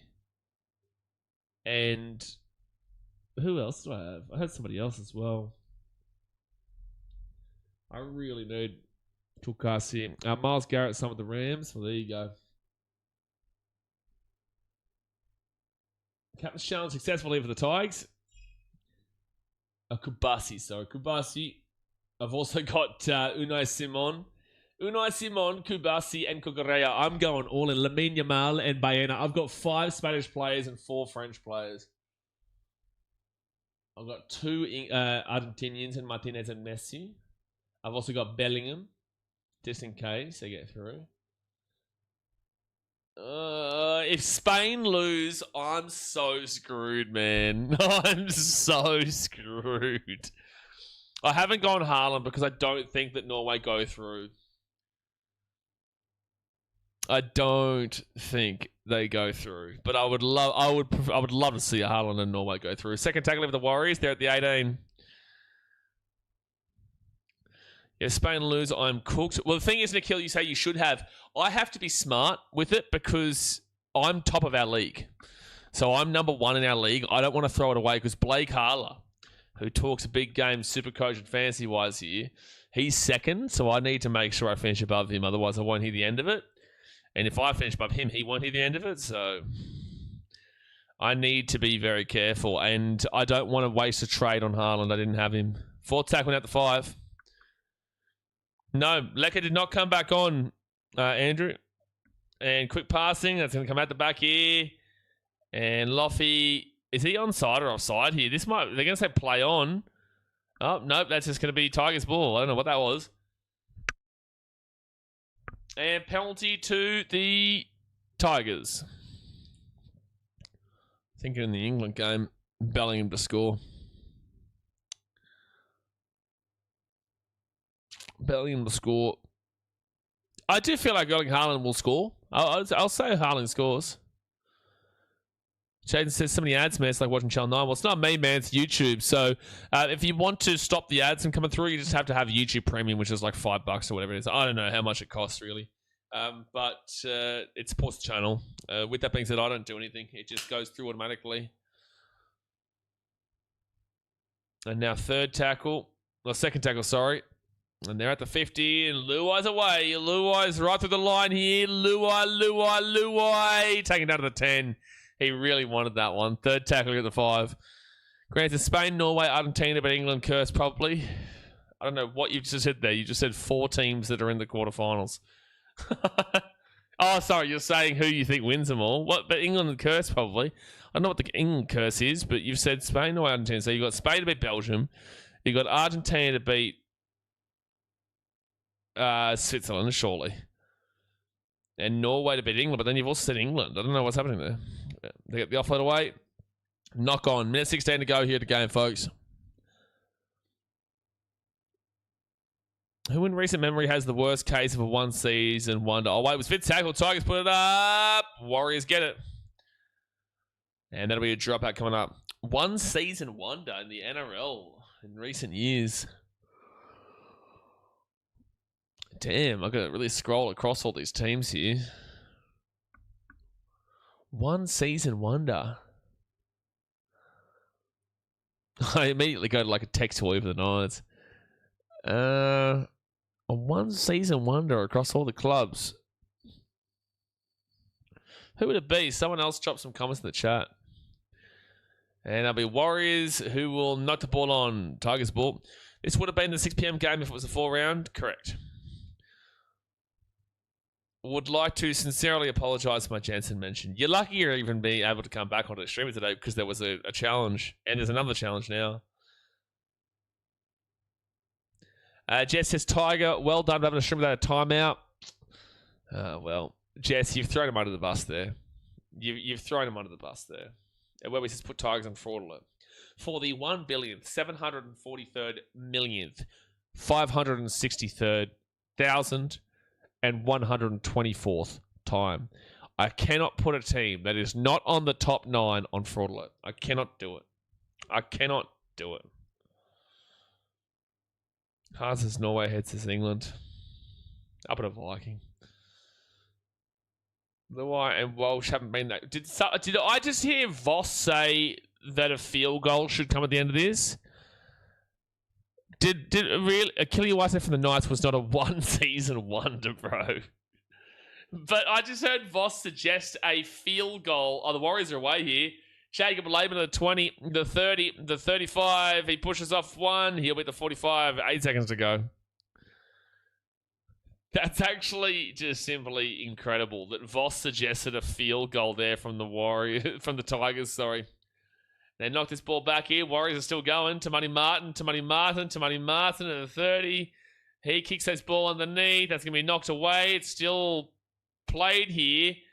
They kick this ball through, and that's going to be a dropout, but it's going to be game over, son. 32-6 to the Wires. 32-6 the Warriors. That's going to do us here for today, guys. The Warriors will be in secundo position. They'll be on 28 points, which will be just behind the Panthers. They're on 32 points, but they're only 2 wins away from the Panthers now. Tigers, unfortunately, you will lose this game by 26 points, which now means that you are minus 132. You will be below the Raiders if they beat the Bulldogs this weekend. And you will also be below the Eels if the Eels won by about 30 odd points, which isn't happening. But all right, guys, I will hopefully see you in the morning for Spain versus Belgium. If not, I'll be live for all 3 games tomorrow in the NRL. And then we'll definitely be doing the England versus Norway game on Sunday, plus also the Argentina versus Switzerland game before we go 3 NRL games. Obviously, hit our thumbs up button, subscribe if you're new around here. Yeah, Seb, look, I'll put the stream up. There's no guarantee I'll make it, but I will do my best to make it for the morning for Spain versus Belgium. But all right, guys, I will see you tomorrow. Thanks for watching. Catch you later. See ya.